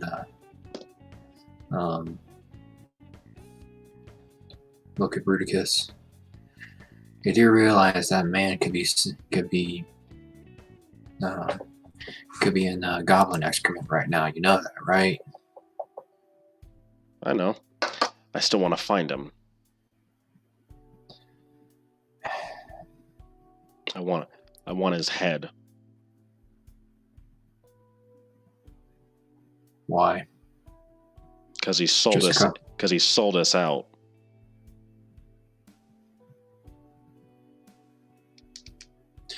A couple minutes ago, you said we Forest Knights ride or die, but right now I'm hearing you're wanting to commit murder against the second command. What evidence? When you backstab the Forest Knights, you're no longer one. That no longer applies to you.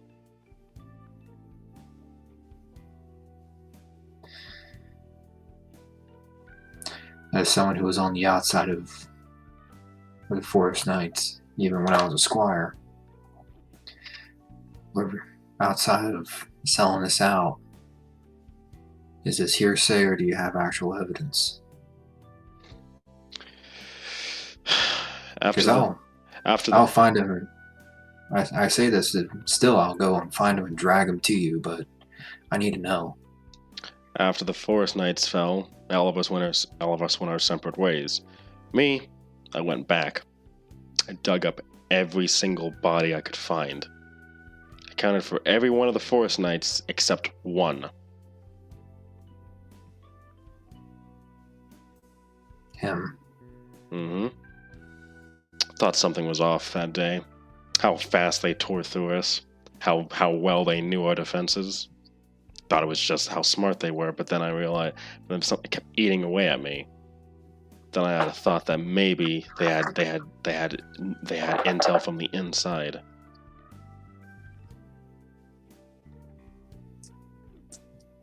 Alrighty.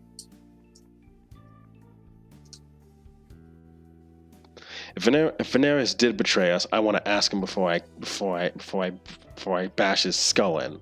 If he didn't, then I'll let him go.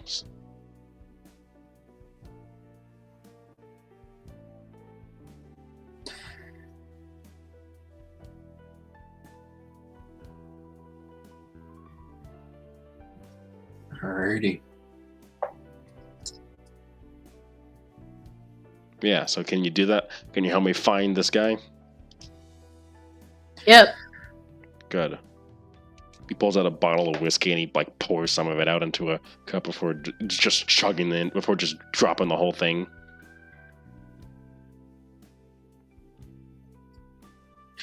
Think you really should be doing that in the middle of the day? Ugh, considering that I brought that shit up, yeah.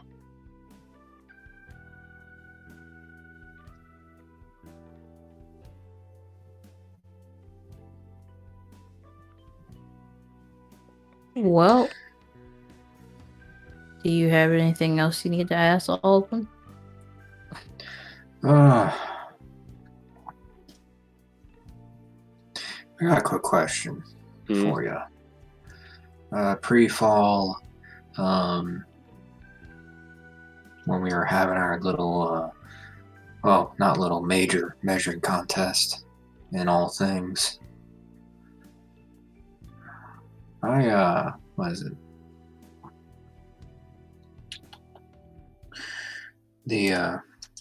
When both of us were in a race for core, you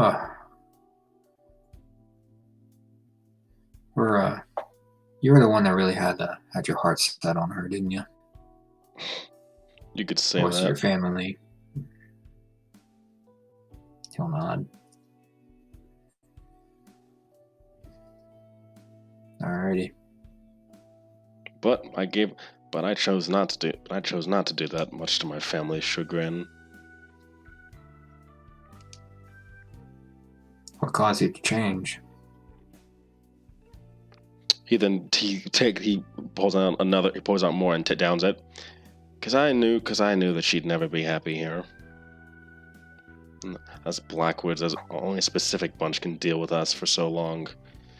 And Corey's not that type of person.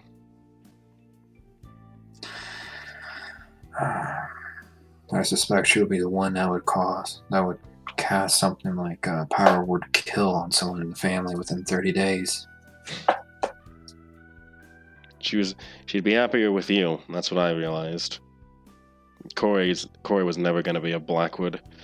Plus, I wouldn't want her to be anyway. This family's run enough as it is. We don't need to be dragging other people down with us. My sister, my brother, my dad, my mom, all of them run just like me. He says he looks down at the cup.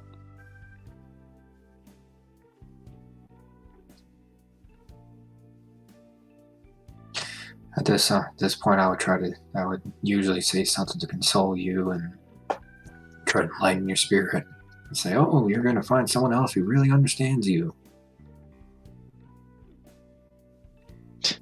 At this point, Aldwin, I'll just get hooked up with some random chick that just wants to get into the Blackwood family, either for their family's sake or because they want power. We'll hate each other, probably sleep behind each other's backs, and have I don't know how many illegitimate kids, and that'll be it. That's usually how it goes. He'll nod.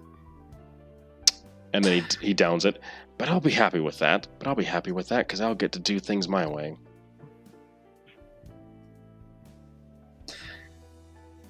I got a feeling that's going to be something totally opposite's going to happen, and you'll be able to leave this place. I'll leave here anyway. No way they can keep me in the nest forever. I'll nod.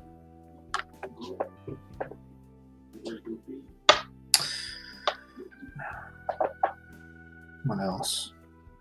Oh, you mentioned you have an outfit. Mm-hmm. If there's ever a point in time I need to hire someone external and to do something, what can your group do? Anything you want. Mercenary work. Some they can do mercenary work, wet work or otherwise. We can do some caravan. We can do some escorts,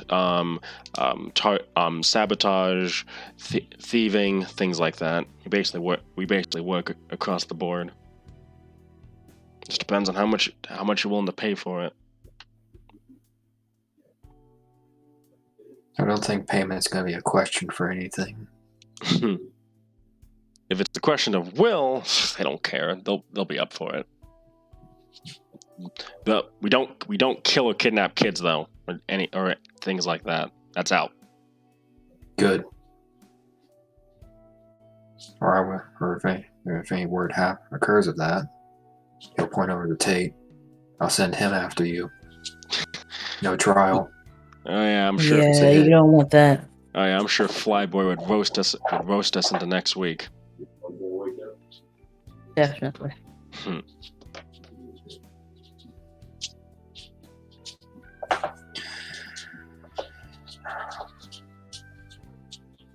No, I think I probably gave you enough grief and taken too much of your time, of your drinking time.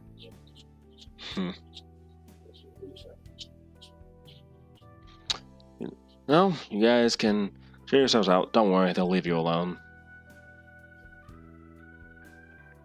No, Glenn. So me, Tate, and a couple others don't have to have a clandestine meeting with your parents and get them to back off. I'll deal with it. Don't worry.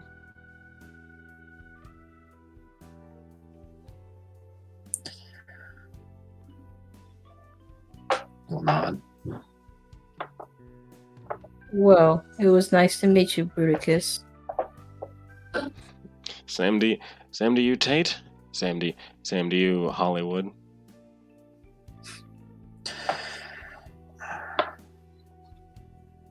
It was good to properly sit down. Yeah, maybe next time we can actually have a drink together. Well, he'll look around, imagining there's probably some assassin behind the bookcase ready to pounce on him. Well, this isn't exactly friendly drinking conditions here. Maybe at a bar sometime. Or maybe I'll come down to Leyland and see if you got any good swill down there.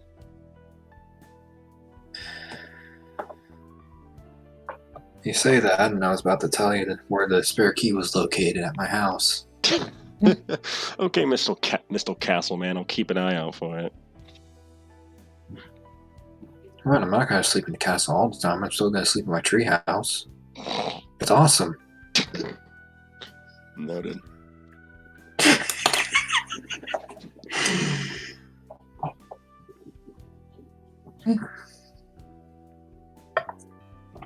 Yes, Aldwin just literally said he prefers a treehouse over a castle. You know what? It'd be like that Bruh. sometimes.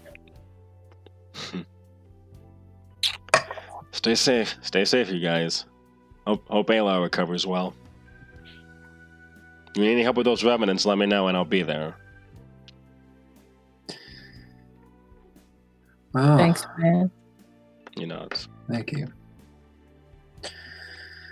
Yeah, just keep an eye out for any revenants that decide to show up here.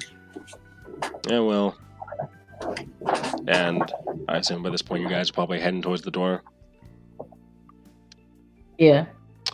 So I am. Alright. Bruticus is gonna call out to you all and be like, "Hey, Aldwin. Huh? After the fall, when you tranced, did you keep replaying it over in your head?"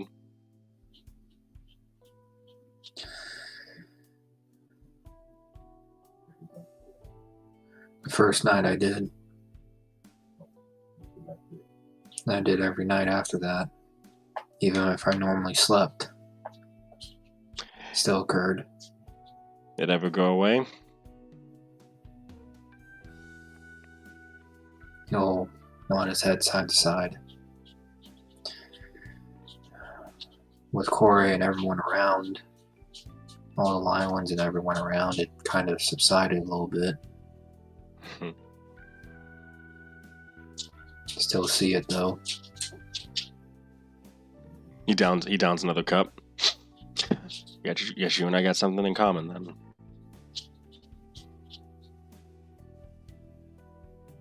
At least one thing.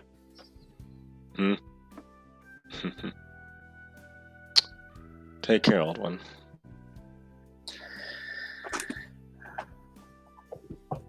Don't be a stranger. I'll try not to be. And Aldo will step out at that point. And the door closes behind you guys.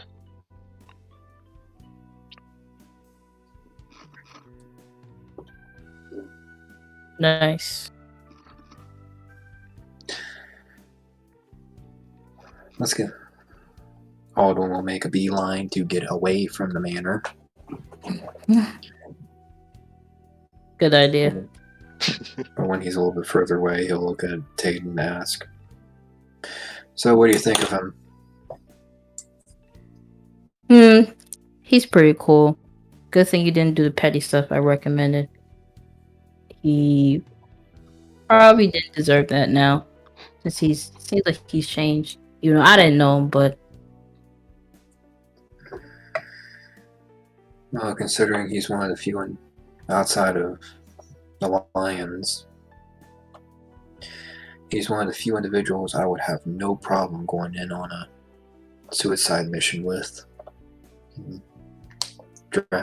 Trust that he'll drag me out of there.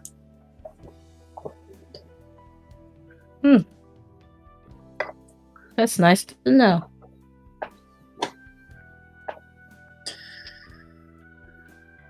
I do the same for him.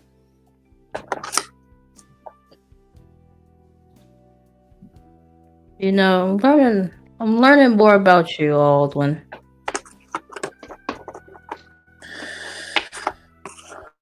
Careful. I could give you a pop quiz right now. Oh no, wait. I'm a bit hyper. I just had coffee. No, you're fine. From your observations of me, what do you think so far? Well, I follow you anywhere.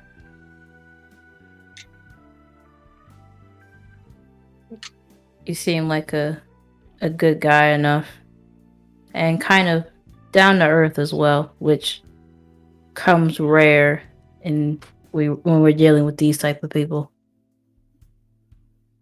So you have my respect any day, man. Thank you. Just try to live true to myself.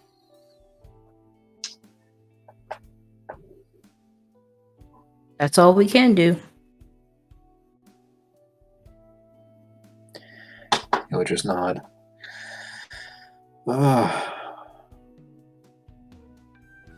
On our way back to the castle, do you mind stopping by that, do you mind making a stop? Of us making a stop at that coffee shop you went to?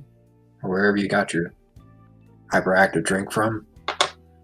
Oh, sure. I could go for another coffee. Oh God.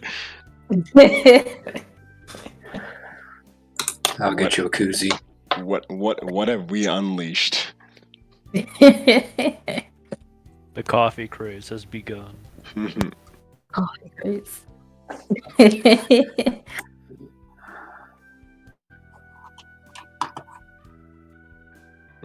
So you guys head to the coffee shop. Whatever coffee you buy is gonna be 2 gold. Aldo pays the two gold, and then when he gets down to the tip jar, he'll take out a roll of 200 gold pieces and just drop it into the jar. Sounds about right.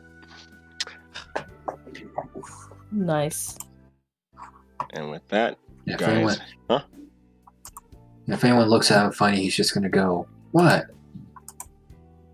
I like this place." Nah, the two tabaxi money are gonna cheer and stuff, while everyone else kind of just watches like in awe and stuff, except for the nobles who kind of like just nod their head approvingly.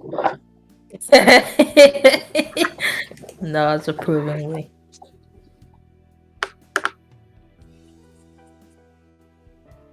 No, I'm done now. Okay. With that, Kaladin, Illum, is there anything you guys want to talk about or anything or do? BRB. Okay.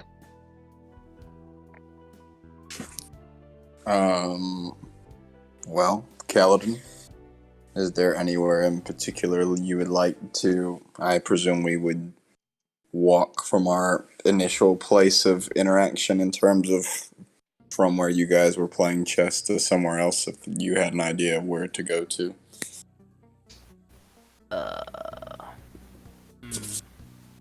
So from the castle to somewhere else. Somewhere criminal. Alright. I was trying to better way to phrase that. But...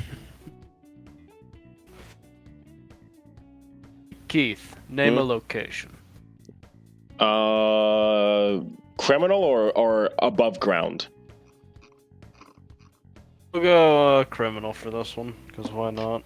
Okay, we got the old infiltration excursion. The Silver Reaper. Oh. It's a bar that, from your connections, you know is a hotbed of criminal activity.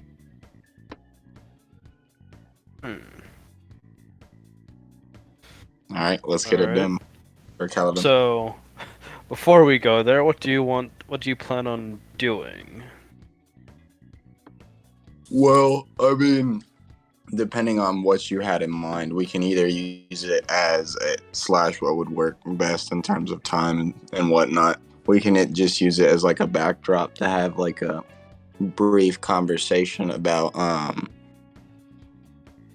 basically utilizing Kaladin's asset in concert with Illum and his coordination with the Jade Knights, the Service Corps, Illum Arbiters, Tate as the enforcer to kind of enhance the security of the realm as it potentially pushes out by making sure things stay settled as they move away in terms of like, addressing that crime aspect and making it a non-factor via Kaladin's coordinating efforts. So kind of just gain his insight regarding that.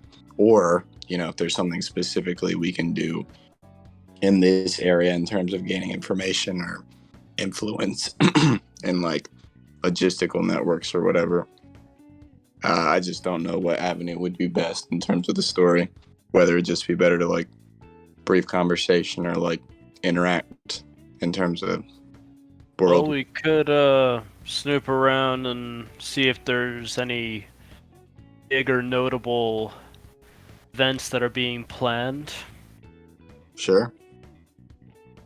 Sounds like a plan to me. I think Alum would more so bring the intention and let Kaladin figure out the medium by which that would be actualized, if that makes sense. Kaladin, roll investigation for me. Alright. Alrighty. So let's see. Investigation. Normal roll. That is a 22. Oh, hey, it actually does the reliable talent thing. Cool. Anyway. Oh, yeah. So with that, with a 22, okay, so basically, there's not really much being planned, as it were, when it comes to the guys around here. They seem to be mainly, well, yeah, just chilling and just relaxing. Because the festivals in town, they know they can make easy money off that, just kind of like skimming off the top and stuff, but nothing like really big or major from what you can find. Nothing that would catch too much heat. Nah, they're trying to keep their heads down, basically, especially since they hear that there's a lot of nobles in town. They don't want to catch their ire, since some of them make money off of them. Alright. This information. Bloom. What's your opinion?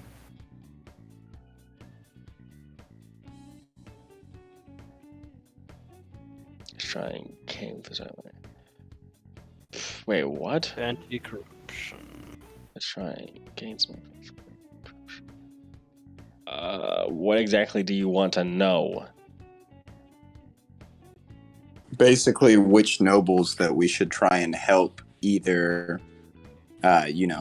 just do like an audit of their business and figure out, okay, are they corrupt and on the take, or are they being skimmed off of and they're not aware of? Like, it's inefficient to feed those funds that should be going into, actual economic trade and giving it to these criminal elements if they're unaccounted for. So Alum would try and, ask Kaladin to gain some insight into how exactly we could act on these observations, if that's something that we can do, I guess would be his thought in the moment. Well, I can definitely tell you this. The name Blackwood comes up quite a few times, but they definitely ain't. Right. But no one in their right mind is going to try and go against them. Fair. Understandable. The Witherin family is pretty much on the up and up. The Hollywood family is about average. The Queen, huh? That's surprising. I thought they'd be definitely on the up and up as well. I'll keep that in mind. What the Hollywood family is? It's their average, basically. Like, it's just. Oh, okay, gotcha. Average is up and up. Roger that. The Daenerys family, nothing to note there, mainly because no one in their right goddamn mind is gonna touch that with a 10-foot pole. Fair. There's not, to be honest, quite a few of the. There's the Flyleaf lady who quite a few guys want to get into business with, because she seems like a pretty useful type, and no one's sure if they want to touch her yet. All right, Alum will make note of that. There's also apparently there were two thieves that are looking for work that most people are trying to avoid, from what it seems. Got it. Repeat that. There seem to be two thieves in the city that most people are avoiding trying to hire, from what it looks like. One appears to be cursed. The other cursed, but still has a pretty good skill set. The other one appears to have a powerful magic item of some type. Let's try and find the one. I assume the one with the curse would be the most dangerous to interact with. Depending on what the item is, it could be positive or negative. So I would say if we are able to get any information. Kill and take the item? Question mark? Yeah. How powerful of an item we talking here? Is there any details on there, or is just powerful item? So it's bonded to the thief from what it looks like. It appears to give them an unnatural ability to slip between. No one's seen the item. They just know that they have to have one because this person has the ability to slip between the other side and here, and Acria. Well, Other side and here. the space between, aka the ethereal plane. If So this was a normal D&D multiverse. That could be troubling. It might not be worth pursuing him then, if we were to do so overtly, because he could. Why would you refuse to hire a thief who can go into the multiverse? Well, not Oh, I mean, multiverse. They go into basically. Yeah, to the Imperial plane. Yeah. Yeah. It would be an asset for sure, but I don't know if he's Like, if he's not willing to work with us, it's going to be very easy for him to escape, right? I mean, yeah, it's also very easy for him to infiltrate No, I agree. It's just us. I would say definitely if we can, let's try and get him to work for us. So I mean, considering down. how much money you guys have behind you. I see. That's fair. Wait, so is the reason why no one's hiring him is because his prices are too high? No Yeah. one wants to touch him because they're not sure if this magic item is going to blow up in his face or not. Boy, Yeah. I don't have more than 100k. Damn. Keep in mind mean, we how could- much money you're making per month. I know. I'm just saying. I thought I have more than 100k, but no, it's 70. Mhm. All Yeah, right, yeah, but so you've been slowly burning 70k it. on my end. And 2 items that I want to bond with sooner or later. Hmm. Wait. Did we delay this for? I guess You an hour. you can take a bloody short rest. Jesus Christ. All right, I'll do it. What's happening with the short rest? Oh my God. This man wants to attune the 2 magic items he got his hands on. He's been waiting to get a short rest. Gotcha. Let's assume that in the time that Aldwin and Tate were off doing their thing, you guys took a short rest and left. Sounds good. Jesus Christ. Sorry. I'm really messing with you. Anyway, but yeah, that happens. Okay, so do you want to go find these two thieves? Sure. I'm down.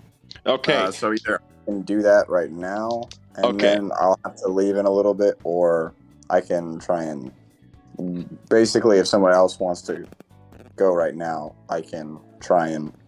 Anyway. Okay. I'm First, good to do either. the cursed one is a male half-orc thief. Goes by Orcog Macam. All right. Cog Macam. Alright. Write that down. Orcog Macam.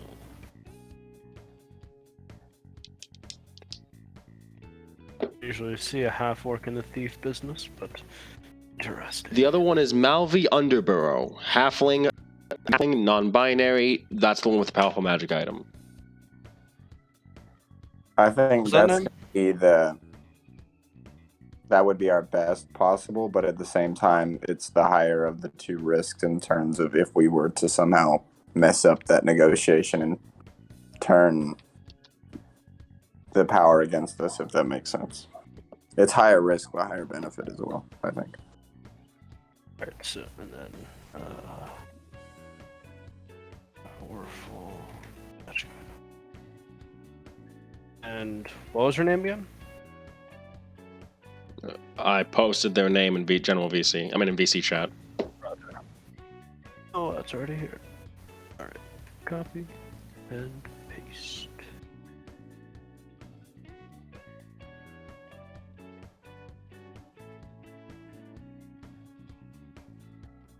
Alright. Which one did you want to pursue? I think the item would be the best choice right now, because I mean, I can't think of like a more, useful set of skills / abilities for a thief if we were Right. in need of obtaining anything. Alright then. Roll me investigation. Alright, let's do this. Attributes, investigation, normal. There's So a you- 20. Okay, so I see you rolled less than a 10. Mm-hmm. So with yeah, that was a 4. Okay, yeah. So with a 20, it takes unfortunately it does take a bit longer than you would have expected, but you are eventually able to find. But eventually you are able to find Malve, who appears to be hanging out at a local pub that they like to hang out at. All right. They see. Okay, so Callan, I assume you're coming in as Kelsier, right, with the mask and everything. Sure. Yeah, Okay, why not? I'm just checking because I just want to double check to make sure because. Totally won't attract any attention. I mean, it's less. I mean, you assume that people. I mean, it's up to you. Like, I don't know how the Kelsier persona goes. Oh, we'll go with it. We'll go with it. All right. Guess I'll try and get a voice changer later. But anyhow. So you walk in. Not many people seem to pay that much mind to you. Well, actually, Calvin, you stick out less than the plate armor wearing ASMR walking into the place. Keith, did you? Oh god. Ben, did you get the message that I sent you? I literally just got it. Got it. That's great. I'm trying to be a bit more discreet because I was thinking about it in terms of like the scene, visualizing it. And I was like, ah, yes, Kaladin with his, the mask of disguise. He's got the, he understands the underworld. He's moving quickly to his contact. And then there's Loom. I was like, oh goodness, he's gonna stick out. Yeah, Loom I'm gonna assume Loom stays off to the side probably. Yeah, so if he can just kind of pull his cloak over as much of his armor as he can, because I assume that would be what most stands out about him. Yeah. So he kind of, you look like Kelsier's bodyguard. I'll say that. As okay. Kelsier, I assume, walk up to the bar. Mm-hmm. Okay, so Loom, you kind of follow behind and kind of take up stances, looking like a bodyguard, and Malvi kind of looks over at Loom, then looks over at you, Kelsier, and kind of says, "Can I help you?" Loom would kind of, I assume, elbow / slightly nudge Kaladin to let him know that he would be following his lead in terms of the conversation. I hear that you are willing to provide some unique services. Depends on how much you're willing to... They hiccup, and then suddenly they disappear. And then they come right back. Depends on how much you're willing to pay. Well, that's a demonstration right there. True. Well... Oh, that actually... am I about to give myself hiccups because I pretended to hiccup? I really hope not. Anyway... Do it.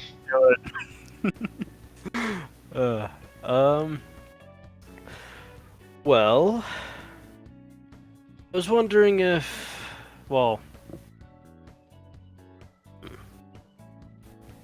So I'm guessing with this sort of thing, I'd offer sort of job, and then they'd say their price, yeah? Yeah. Okay. The cut will come out of the city treasury, so that way there's no link to you directly. Don't worry, the people are paying for this. Since Allison's the one doing the treasury, she'll be sure to scrub out anything related to you. Wonderful. What a wonderful family business. Perks of having your family run the money. Exactly. Anyway. Alright. So, I was wondering if you would be able to offer your services on, well, sort of standby. Sure. Who am I working for? I assume you're the middleman. You're working for Kelsier. Ooh, special name. Okay. Yes, very special. For your own best interest. Alum would note as someone that would be pretending to be on the take of this overall operation. My best interest. Yeah, I've heard that before. Anyway, how much is Kelsier willing to pay? Well, how much would you ask for while being on standby? Stand by. I want to be able to live in a nice house. 10K a month.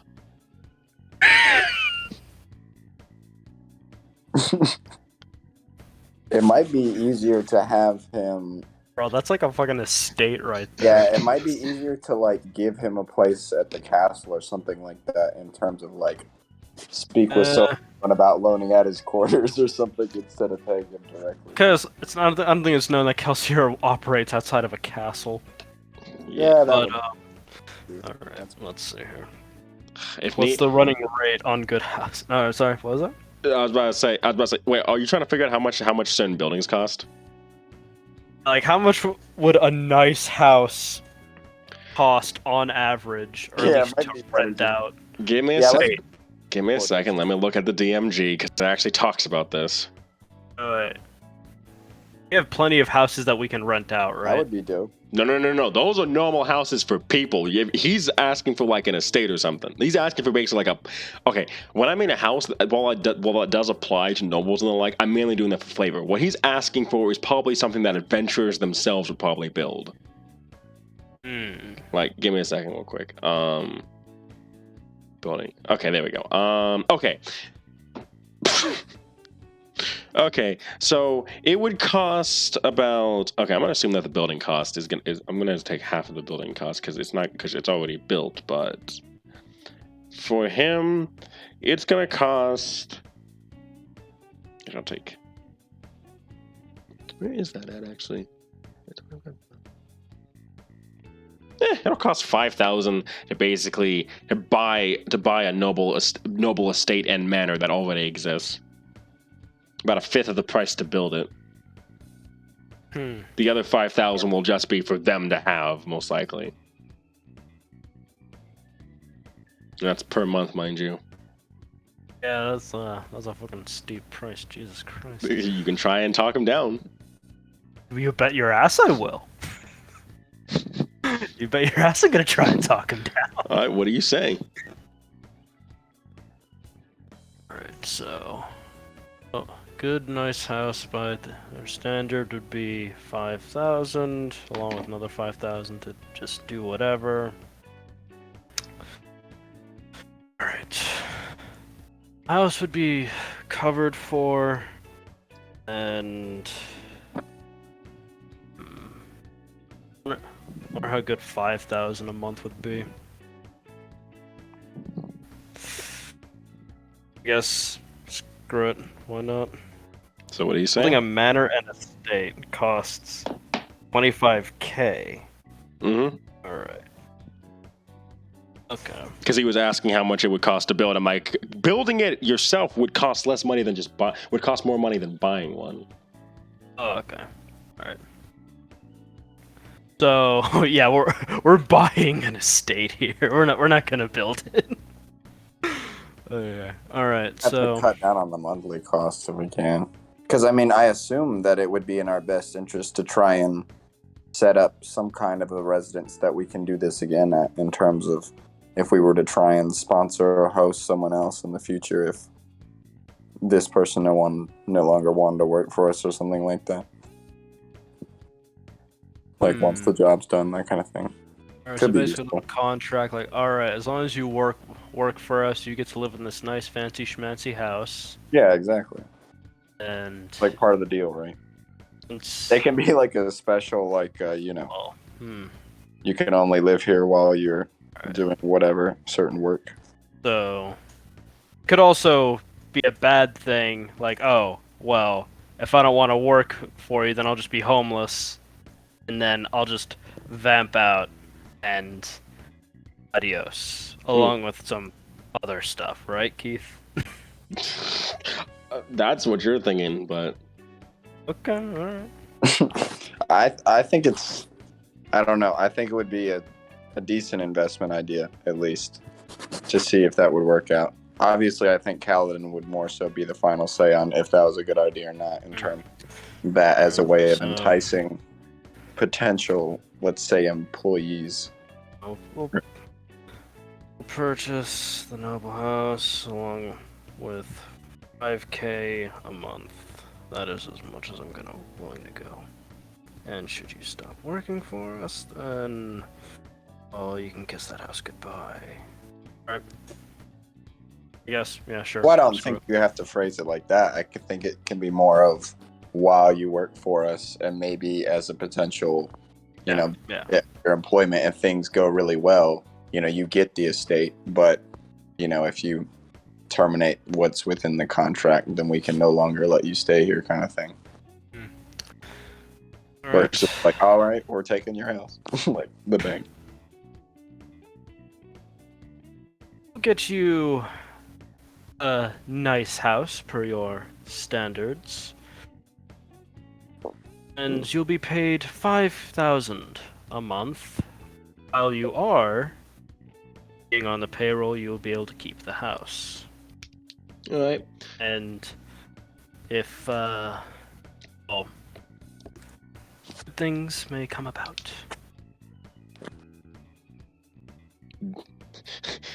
Deal. Alright. Didn't even have to roll. Perfect. They I shake. just said 2,500. Alright, yeah. They shake your hand. They shake your hand. Pleasure to meet you. Pleasure to work for Councilor. They say, giving you a look. Pleasure's all mine. If you're looking for the orc boy, he's over on the other side of the bar. They say as they turn around. You know about the orc boy? That's the only one that doesn't get a job like me, so yeah. Who do you happen to know about him? Not much. Me and him don't exactly talk personal stuff. Alright. Well, I'll notify you when the house is available. I look forward to working with you. We're looking forward to your service. There. Yeah. Alright. On to... This is... Oh, it didn't save. On to... Orcog. No, Orcog. Alright, this orc with a C, not a K. This isn't 40K or Warhammer. Anyway, he's currently sitting at a bar stool by himself.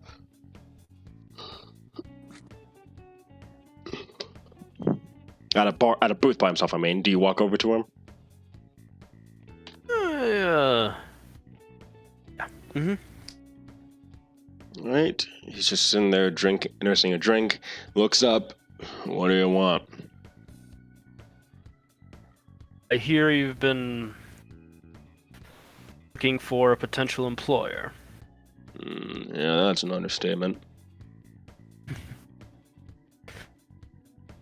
Oh, there's one sitting right in front of you. Interesting. Quite. But before anything, I'd like to know what the details of this curse that has afflicted you. Trust me, you don't want to know. Well, if I don't want to know, then I don't know what I'm dealing with, and I don't exactly operate like that. And then he puts his hand on the table. Actually, he puts his hand on the table, and you see that his hand starts to the skin of his hand starts to turn into the texture of the wood. All right, so he can camouflage. Okay. Issue here being, and then you see him pull it off, and then you just hear very loudly as it just comes cracking off.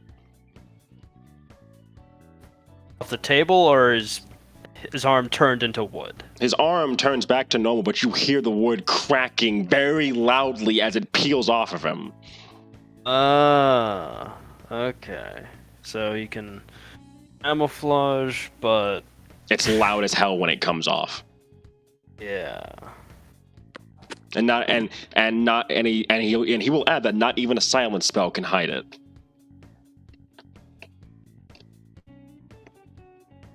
How did he get cursed? He holds up the bracelet he's wearing.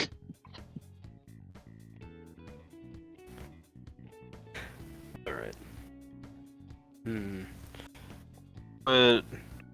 Should Aelar recover, well, when he recovers, Do Cal know if he'd be willing to modify that bracelet? He might be able to, depending on what magic he's working with. And what about our I forgot his name, but the wizard merchant who we met in the beginning. Virno? Oh, Yeah. he might be. For a price, yeah. Okay. Alright. Oh. Cog. I'll see what I can do about that cursed bracelet, and we'll see if we'll be working together. Go ask around. And should I be able to find anything? I'll let you know. Alright. Wait, how much are you paying him? Well, I want to know if his curse can be removed in the first place, because if it can't, then well, he could serve off as a distraction. Like, A good scout. Yeah. I mean, he might not be super useful in terms of thiefdom and infiltration, but perhaps if he's willing to, if he would work with like the Jade Knights and whatnot, he could be extremely useful as just like, eyes and ears of the whatever scenery he's in, because he can just wait for people to pass, and then once they're away to an extent, I'll go ask Aldwin what he thinks then, as well. If he would be interested in Orcog. All right. But yeah, all right. He's willing to hear you out. I'm imagining this discussion is after he's back from Yeah. the imitator, back from the Blackwood discussion coffee shop trip. We interrupted the coffee shop. Of course we waited. Oh, you just waited right outside. I spotted y'all in the coffee shop. Oh wait. Alright, we're gonna have to get coffee as well. Yeah, that's 2 gold per each of you for coffee. And that's some expensive coffee. The fuck? Expensive coffee? Okay, if this was gold to dollars, I'm pretty sure that costs less than goddamn Starbucks. Yes, it does. Well, it only costs like Well, 20 or like 20 or 10. It costs a very low amount of silver for a carriage ride from one point in a city to another. Keep in mind, you're getting coffee. You're getting coffee from an alchemy jug. Oh shit! Okay, never mind. And keep in mind, by the way, that also this is medieval times. Do you know how much coffee was seen as a status symbol? Right. So from 216 to 214, get me my coffee. mhm. As a note, a bit of historical lesson here. Coffee was a closely guarded secret of the French the Spanish or French aristocracy. The Spanish aristocracy that was then leaked to the French, who held it on for as long as possible Nice. before it was ultimately leaked out and to the greater public, and thus became a kind of a status symbol, or became less of a status symbol and more of a commonality. I'll have to go find some videos for you all, but sorry. You're good. Why do you approach Aldwin? Mm-hmm. I guess Aldwood and Tate, if Tate's here. Yeah, I'm here. Okay, so you two, as you're coming out of the coffee shop and heading back to the castle, you were approached by Kaladin and Alum. Okay. No, a triple duo. Wow. Okay. How could you say that of me, Sir Aldwin? He hasn't done any trouble yet. Yeah, that's fair. He says that with Yeah. the biggest. He says that with the biggest grin on his face. And Kyle's like, yeah. Pat's Alum on the shoulder. He hasn't gotten in any trouble yet. But Aldwin, I was seeking employees, you could say, ran across an interesting character and was wondering if, well, you'd be interested in employing them.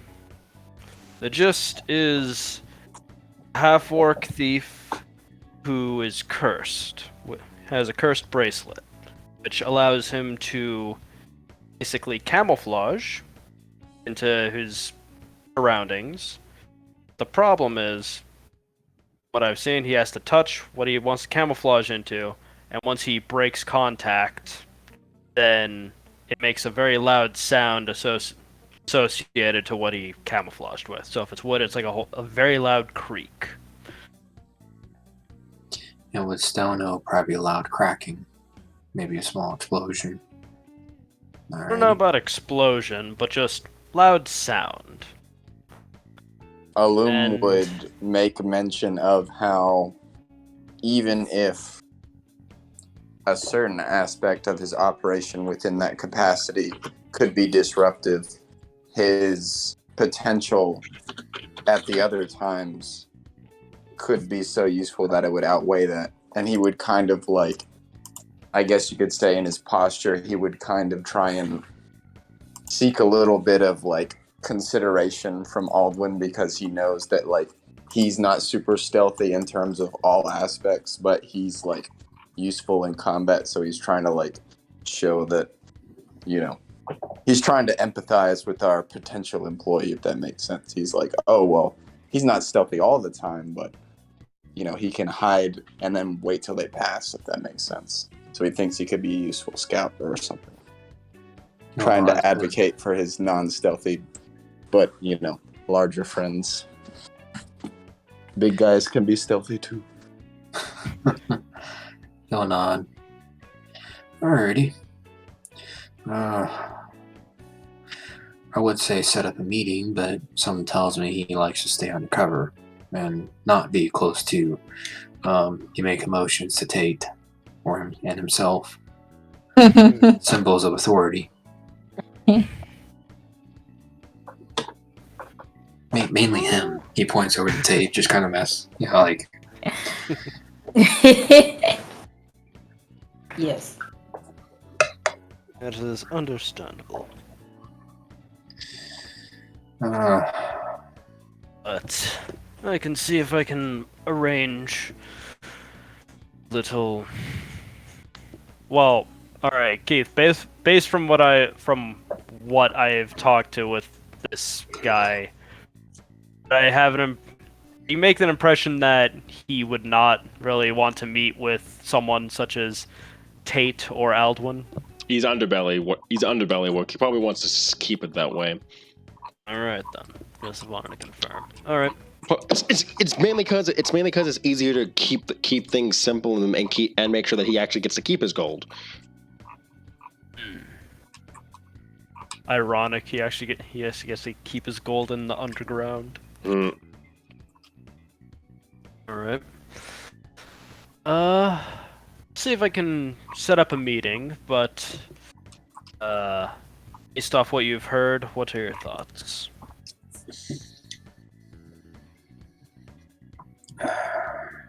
So we have an individual who basically has a clear flaw and Clear advantage as well. Clear flaw and advantage. Mm-hmm. Probably for the right price, he won't break for any reason. Keep in mind, he also hasn't been able to find any work at all. So, you might be able to hire him at I wouldn't say the lowest price possible, but don't shoot high, because I could have probably paid less than what I did for another employee that I just hired. So, I need to worry about that. We should provide him with housing and then give him a performance-based contract incentive. I think as one that works as he does, I think he would be willing to operate under those conditions to allow himself to make money as he wished in terms of how much he wanted to work, since it may not be pleasant for him to undergo his camouflage transformation, but at the same time, he may be in need of employment more than that would negatively benefit his life.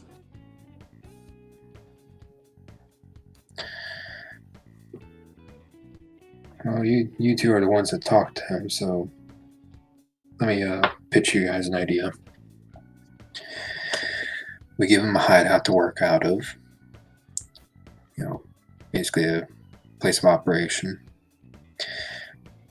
And alongside a bounty-based, initiative-driven system, we also pay him a base salary. You know, keep him on the books. You know, keep him on the books. Keep him around. You know, give him a reasonable salary that he's not just going to walk away.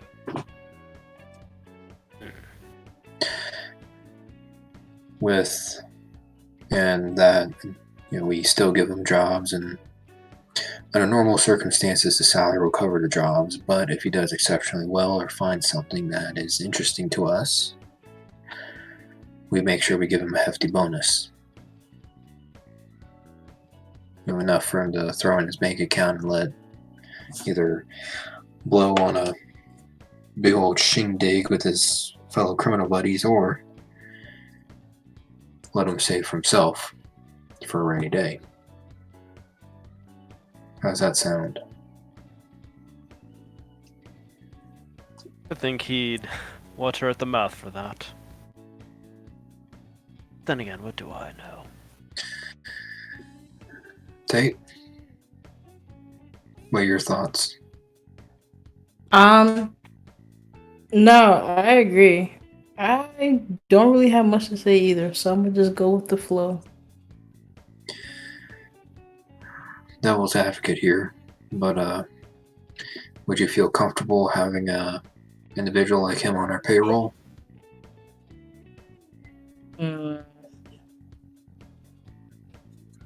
Maybe, but we have to keep an eye on him for a little while. Well, I mean, that shouldn't be a problem. We have the resources. Allison will make sure to scrub the books. Oh, the book. I wouldn't think this would occur so soon, but now I might have to build a Black Op wing of the Jade Knights now, just to do wet work now. Well, I can assist you with that. Should you desire. What was that? He says, like, in a quizzical, like, you know, I didn't hear anything. I don't know. But I heard something.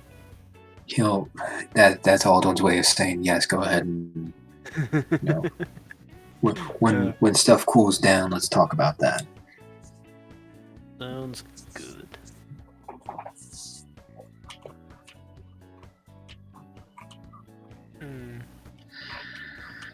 Oh. Dimensional Shackle should work on the halfling. So like I have 5 dimensional shackles.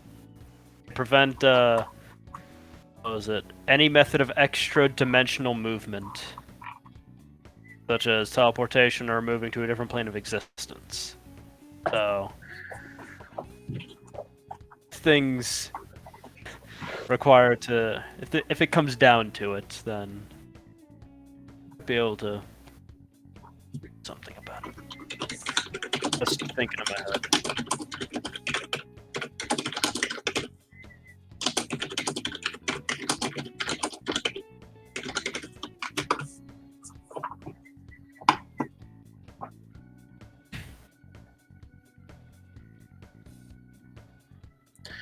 Alden will take a sip of his, probably not iced coffee, but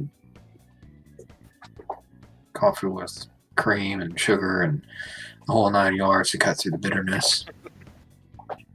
Yep. Oh, we should get a coffee plantation. I swear to God, you start having slaves on there. I'm leading a revolt against you. A coffee farm, sorry.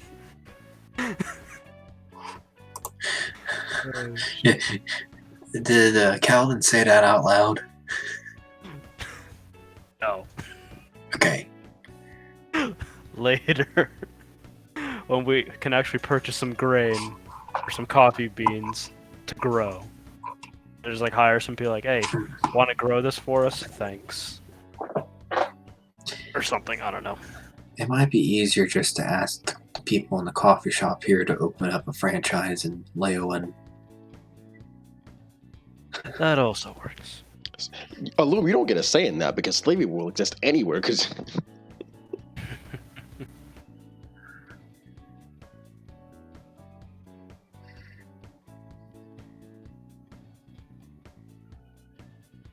I'm going to try out this ring. That'd be great. But damn, I forgot his name again. Yeah, the wizard dude. Not Aelar. No, yeah. So he happened to sell any masks that change the voice of the user. are you asking me? Sure. No, I mean, who are you asking? I'm asking you. Yes. Yeah, potentially, or you can enchant one to do that. All right. Well, two things. One, we could get one for Aldwin, should he want to meet with anyone off the books and stuff. And also so no one would recognize him. And second, also get mine enchanted for that. Yeah. What do you say to that, Aldwin? Not one for backdoor dealings, but a mask like that could help out. If you want an interview with potential employees to interview them yourself, then and you don't want them to know who you are, then well, we can roll with that, or we can just put a spell on you. Your choice. For first introductions, a mask would be needed. All right then. So, Vierno. Vierno's not here. Yeah, right. We're in the capital. I keep forgetting. All right, to the magic shop. I find later. Oh yeah, that's right. We're in the capital, so that means we leave. All right. Okay. Okay, I'm gonna assume. Okay, so you're gonna try. So basically, you're gonna talk to this guy again and basically just make a deal with him. I mean, assuming Alden wants to talk to him. What Yes. exactly do you want to talk about? just simply just get a gauge on him, He's not gonna. personality-wise. He's a hard. Based on what, Hmm? based on what they all said, that he's close to as salt as the earth as he can get for his profession. Yep. Closed off. Seems hardworking. That's the general gist of what you can get from him. Autumn will feel he won't have to meet with him until much later. Yeah, I will say that his deal is that his payment comes off in dead drops that he assigns the location of. Okay. And every time a dead drop comes up, a different person has to drop it off. Not the same person cannot drop it off.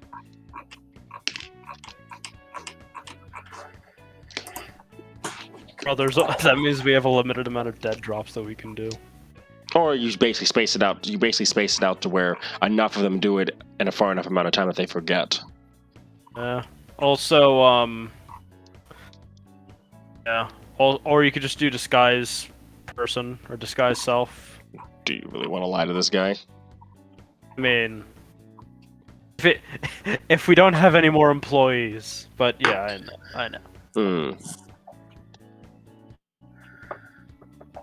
Alden will volunteer for the third dead drop when that occurs.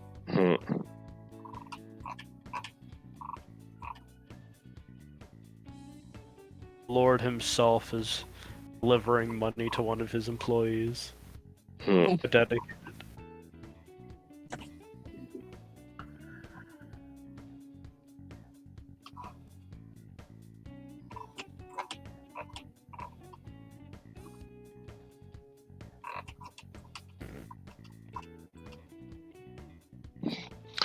But with that, I'm gonna switch one last time. Okay. Searson. Yo.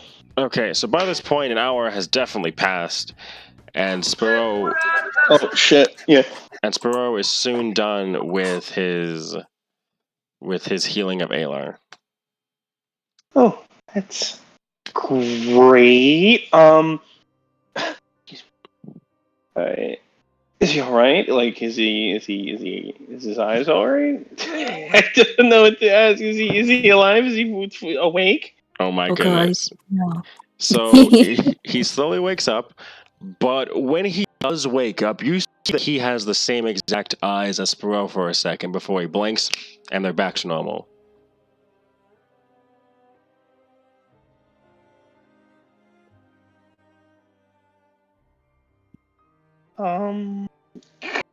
Fuck. Can I throw an insight at Spiro? Okay, go ahead.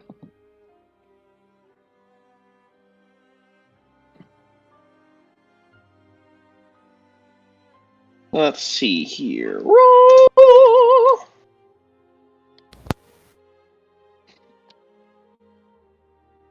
Okay, 16 plus whatever my modifier is. Actually, wait. You can use investigation instead of insight for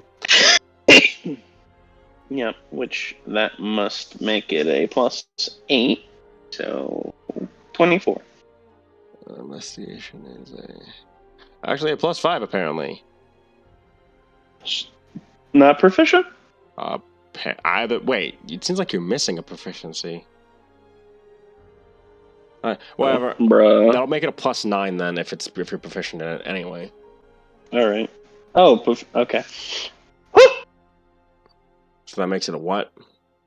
That makes it a 25. 25. You can't make heads or tails of what his inner thoughts are, but from what you're getting off of him on the surface, it seems that he's happy that he's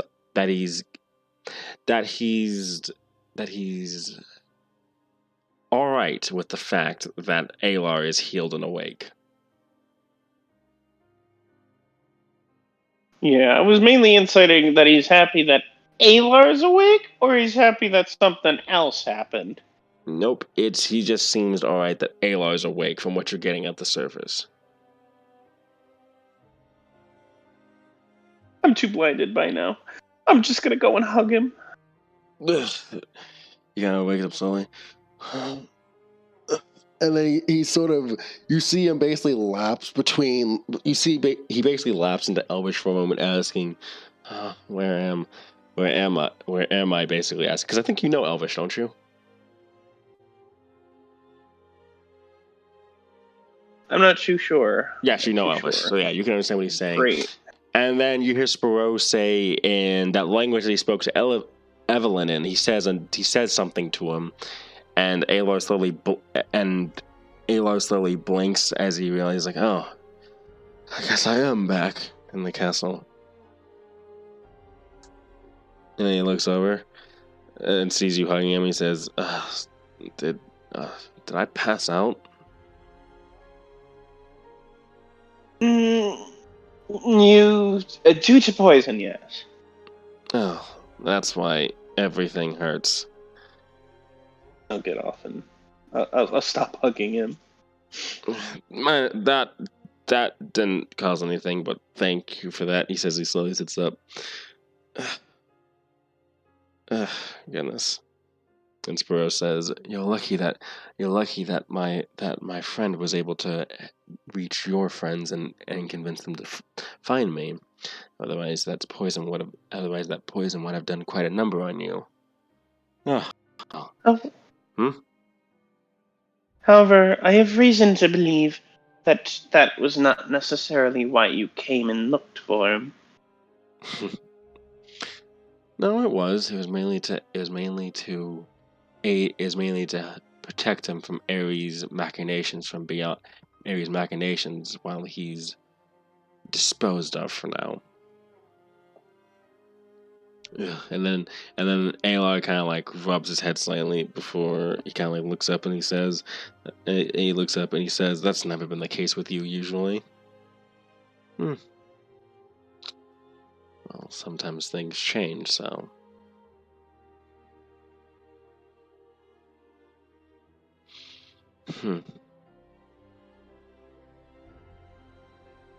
Well, thank you, Master. It was no trouble at all.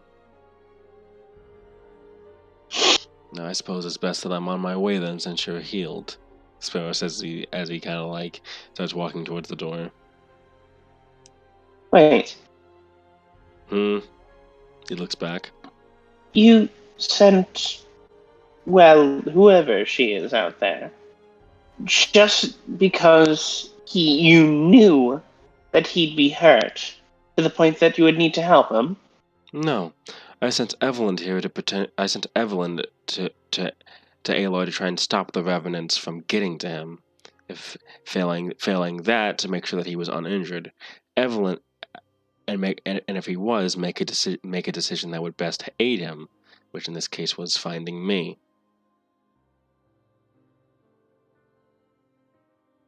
In the first place.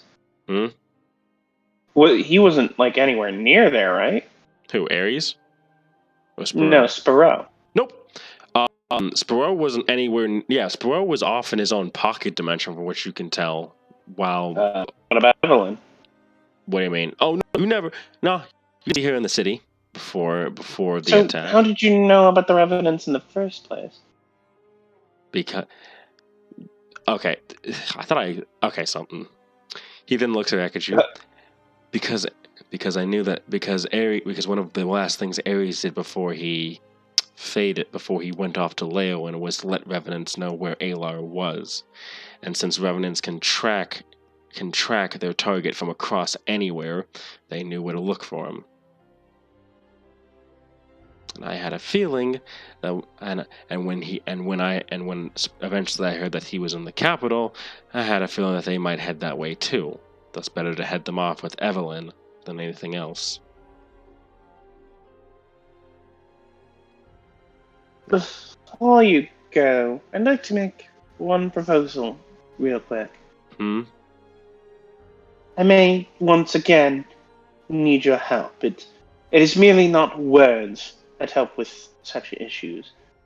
And as such, would you mind coming over to Leowen to help again, if such time is needed? With what we talked about? Well, for now, yes. I will certainly try my best to be there if that's the case.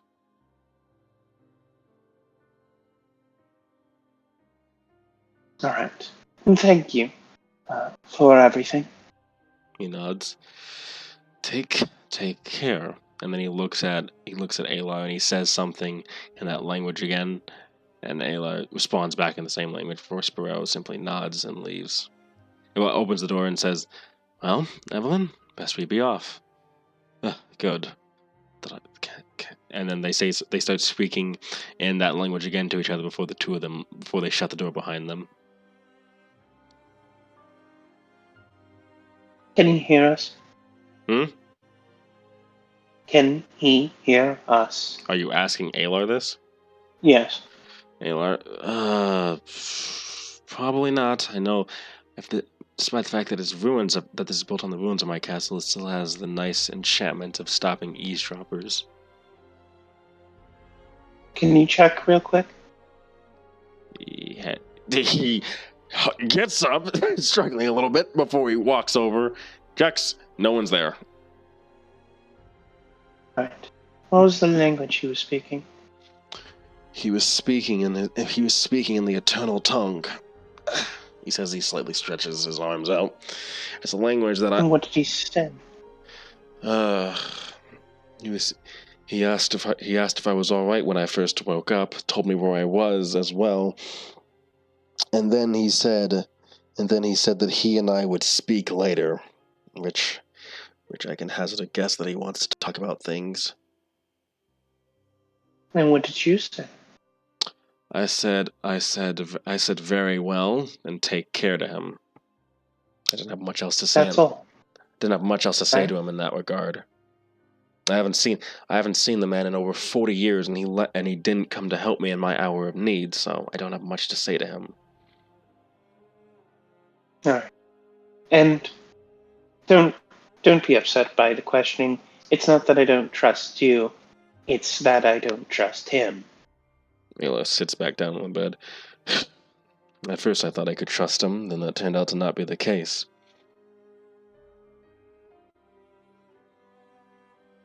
Tell me, do your eyes normally glow in his color? You look confused for a moment. What do you mean? Your eyes, they glowed in his color after he finished. No. Before you awoke. The most that I know, from what I've been told, I know my eyes glow a bluish color when I use Dunamancy, but nothing like the white and purple of his. Would you happen to know why he did that? The last time that I've seen someone's eyes glow the color of an eternal, it was when there was someone that was connected to them in some type of way, whether they were descendant from them or whether they were possessed by them. But I know I'm not possessed, so no. You are not possessed. She kind of grabs a bit tighter. You're not possessed by him right now. It takes a But he's definitely done something to you. And then she'll let go. Wonder if it has anything to do with another problem I've been having for a while, but I suspect that comes from somewhere else. Whatever it is, we need to figure out soon. Before he decides to figure out how to use it. That'd be a good idea, though. Though Spiro never forced people into things, he always gave them the choice of doing so, in his own twisted ways.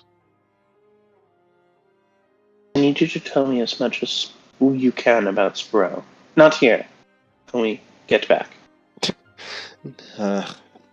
Sure. The weird thing is, now that he's back, it's like a fog has been lifted. I couldn't remember his name before, or even what he looked like, and now I remember everything about my time with him. It's I feel that something may be amiss there. Yes. Something strange has been going on with me ever since I left that cabin. Oh, multiple strange things, anyway. First the memory issues, now then the book, now this. Is there anyone else who may know Dunamancy as much as Spiro? No, I was the only one he taught. Maybe another Eternal, but I'm the only mortal he ever taught it to, and only 3 people in existence know it besides me, and one of them's dead. So.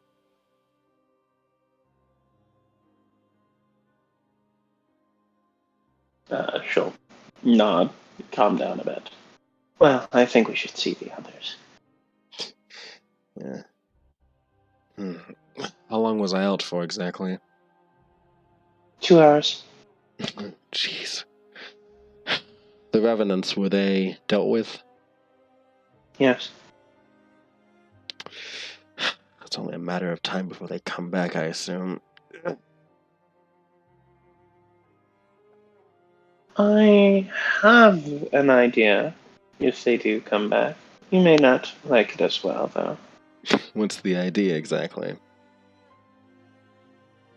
Well, a Revenant's curse is lifted, right? When their vengeance is no longer. Are you thinking of killing me? It is a safety precaution.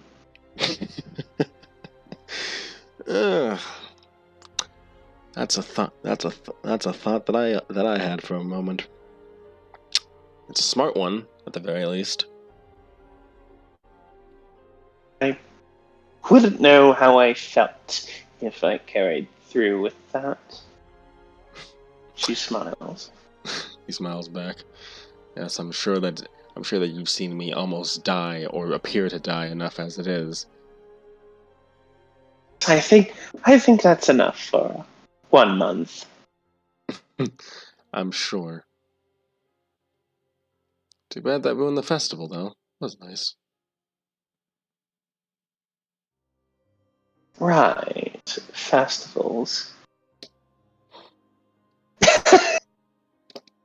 Well, we should get going. Yeah. He then proceeds to get dressed, and then as he's still stretching, and then Shit, man has not been dressed this whole time? he was shirtless. That was about it. Okay. Because he was bandaged and everything. They were cleaning his wounds, dude. Okay. Gotcha. I said this before. I said that he was bandaged up. Like, anyway, yeah. So he does that. Summons up. He puts on his cloak. He takes a brief moment to reach out his hand. You assume that he's trying to summon the sword, and it takes longer than it usually does. But then it appears in his hand, and he just puts it aside. And he looks at you. Shall we? Leads the way. Searson leads the way, you're saying? Yeah, she nods and leads the way. All right. Aelar follows. For a brief moment, he kind of looks back at the room that he was in before he shuts it. And the two of you go to find the others. Right.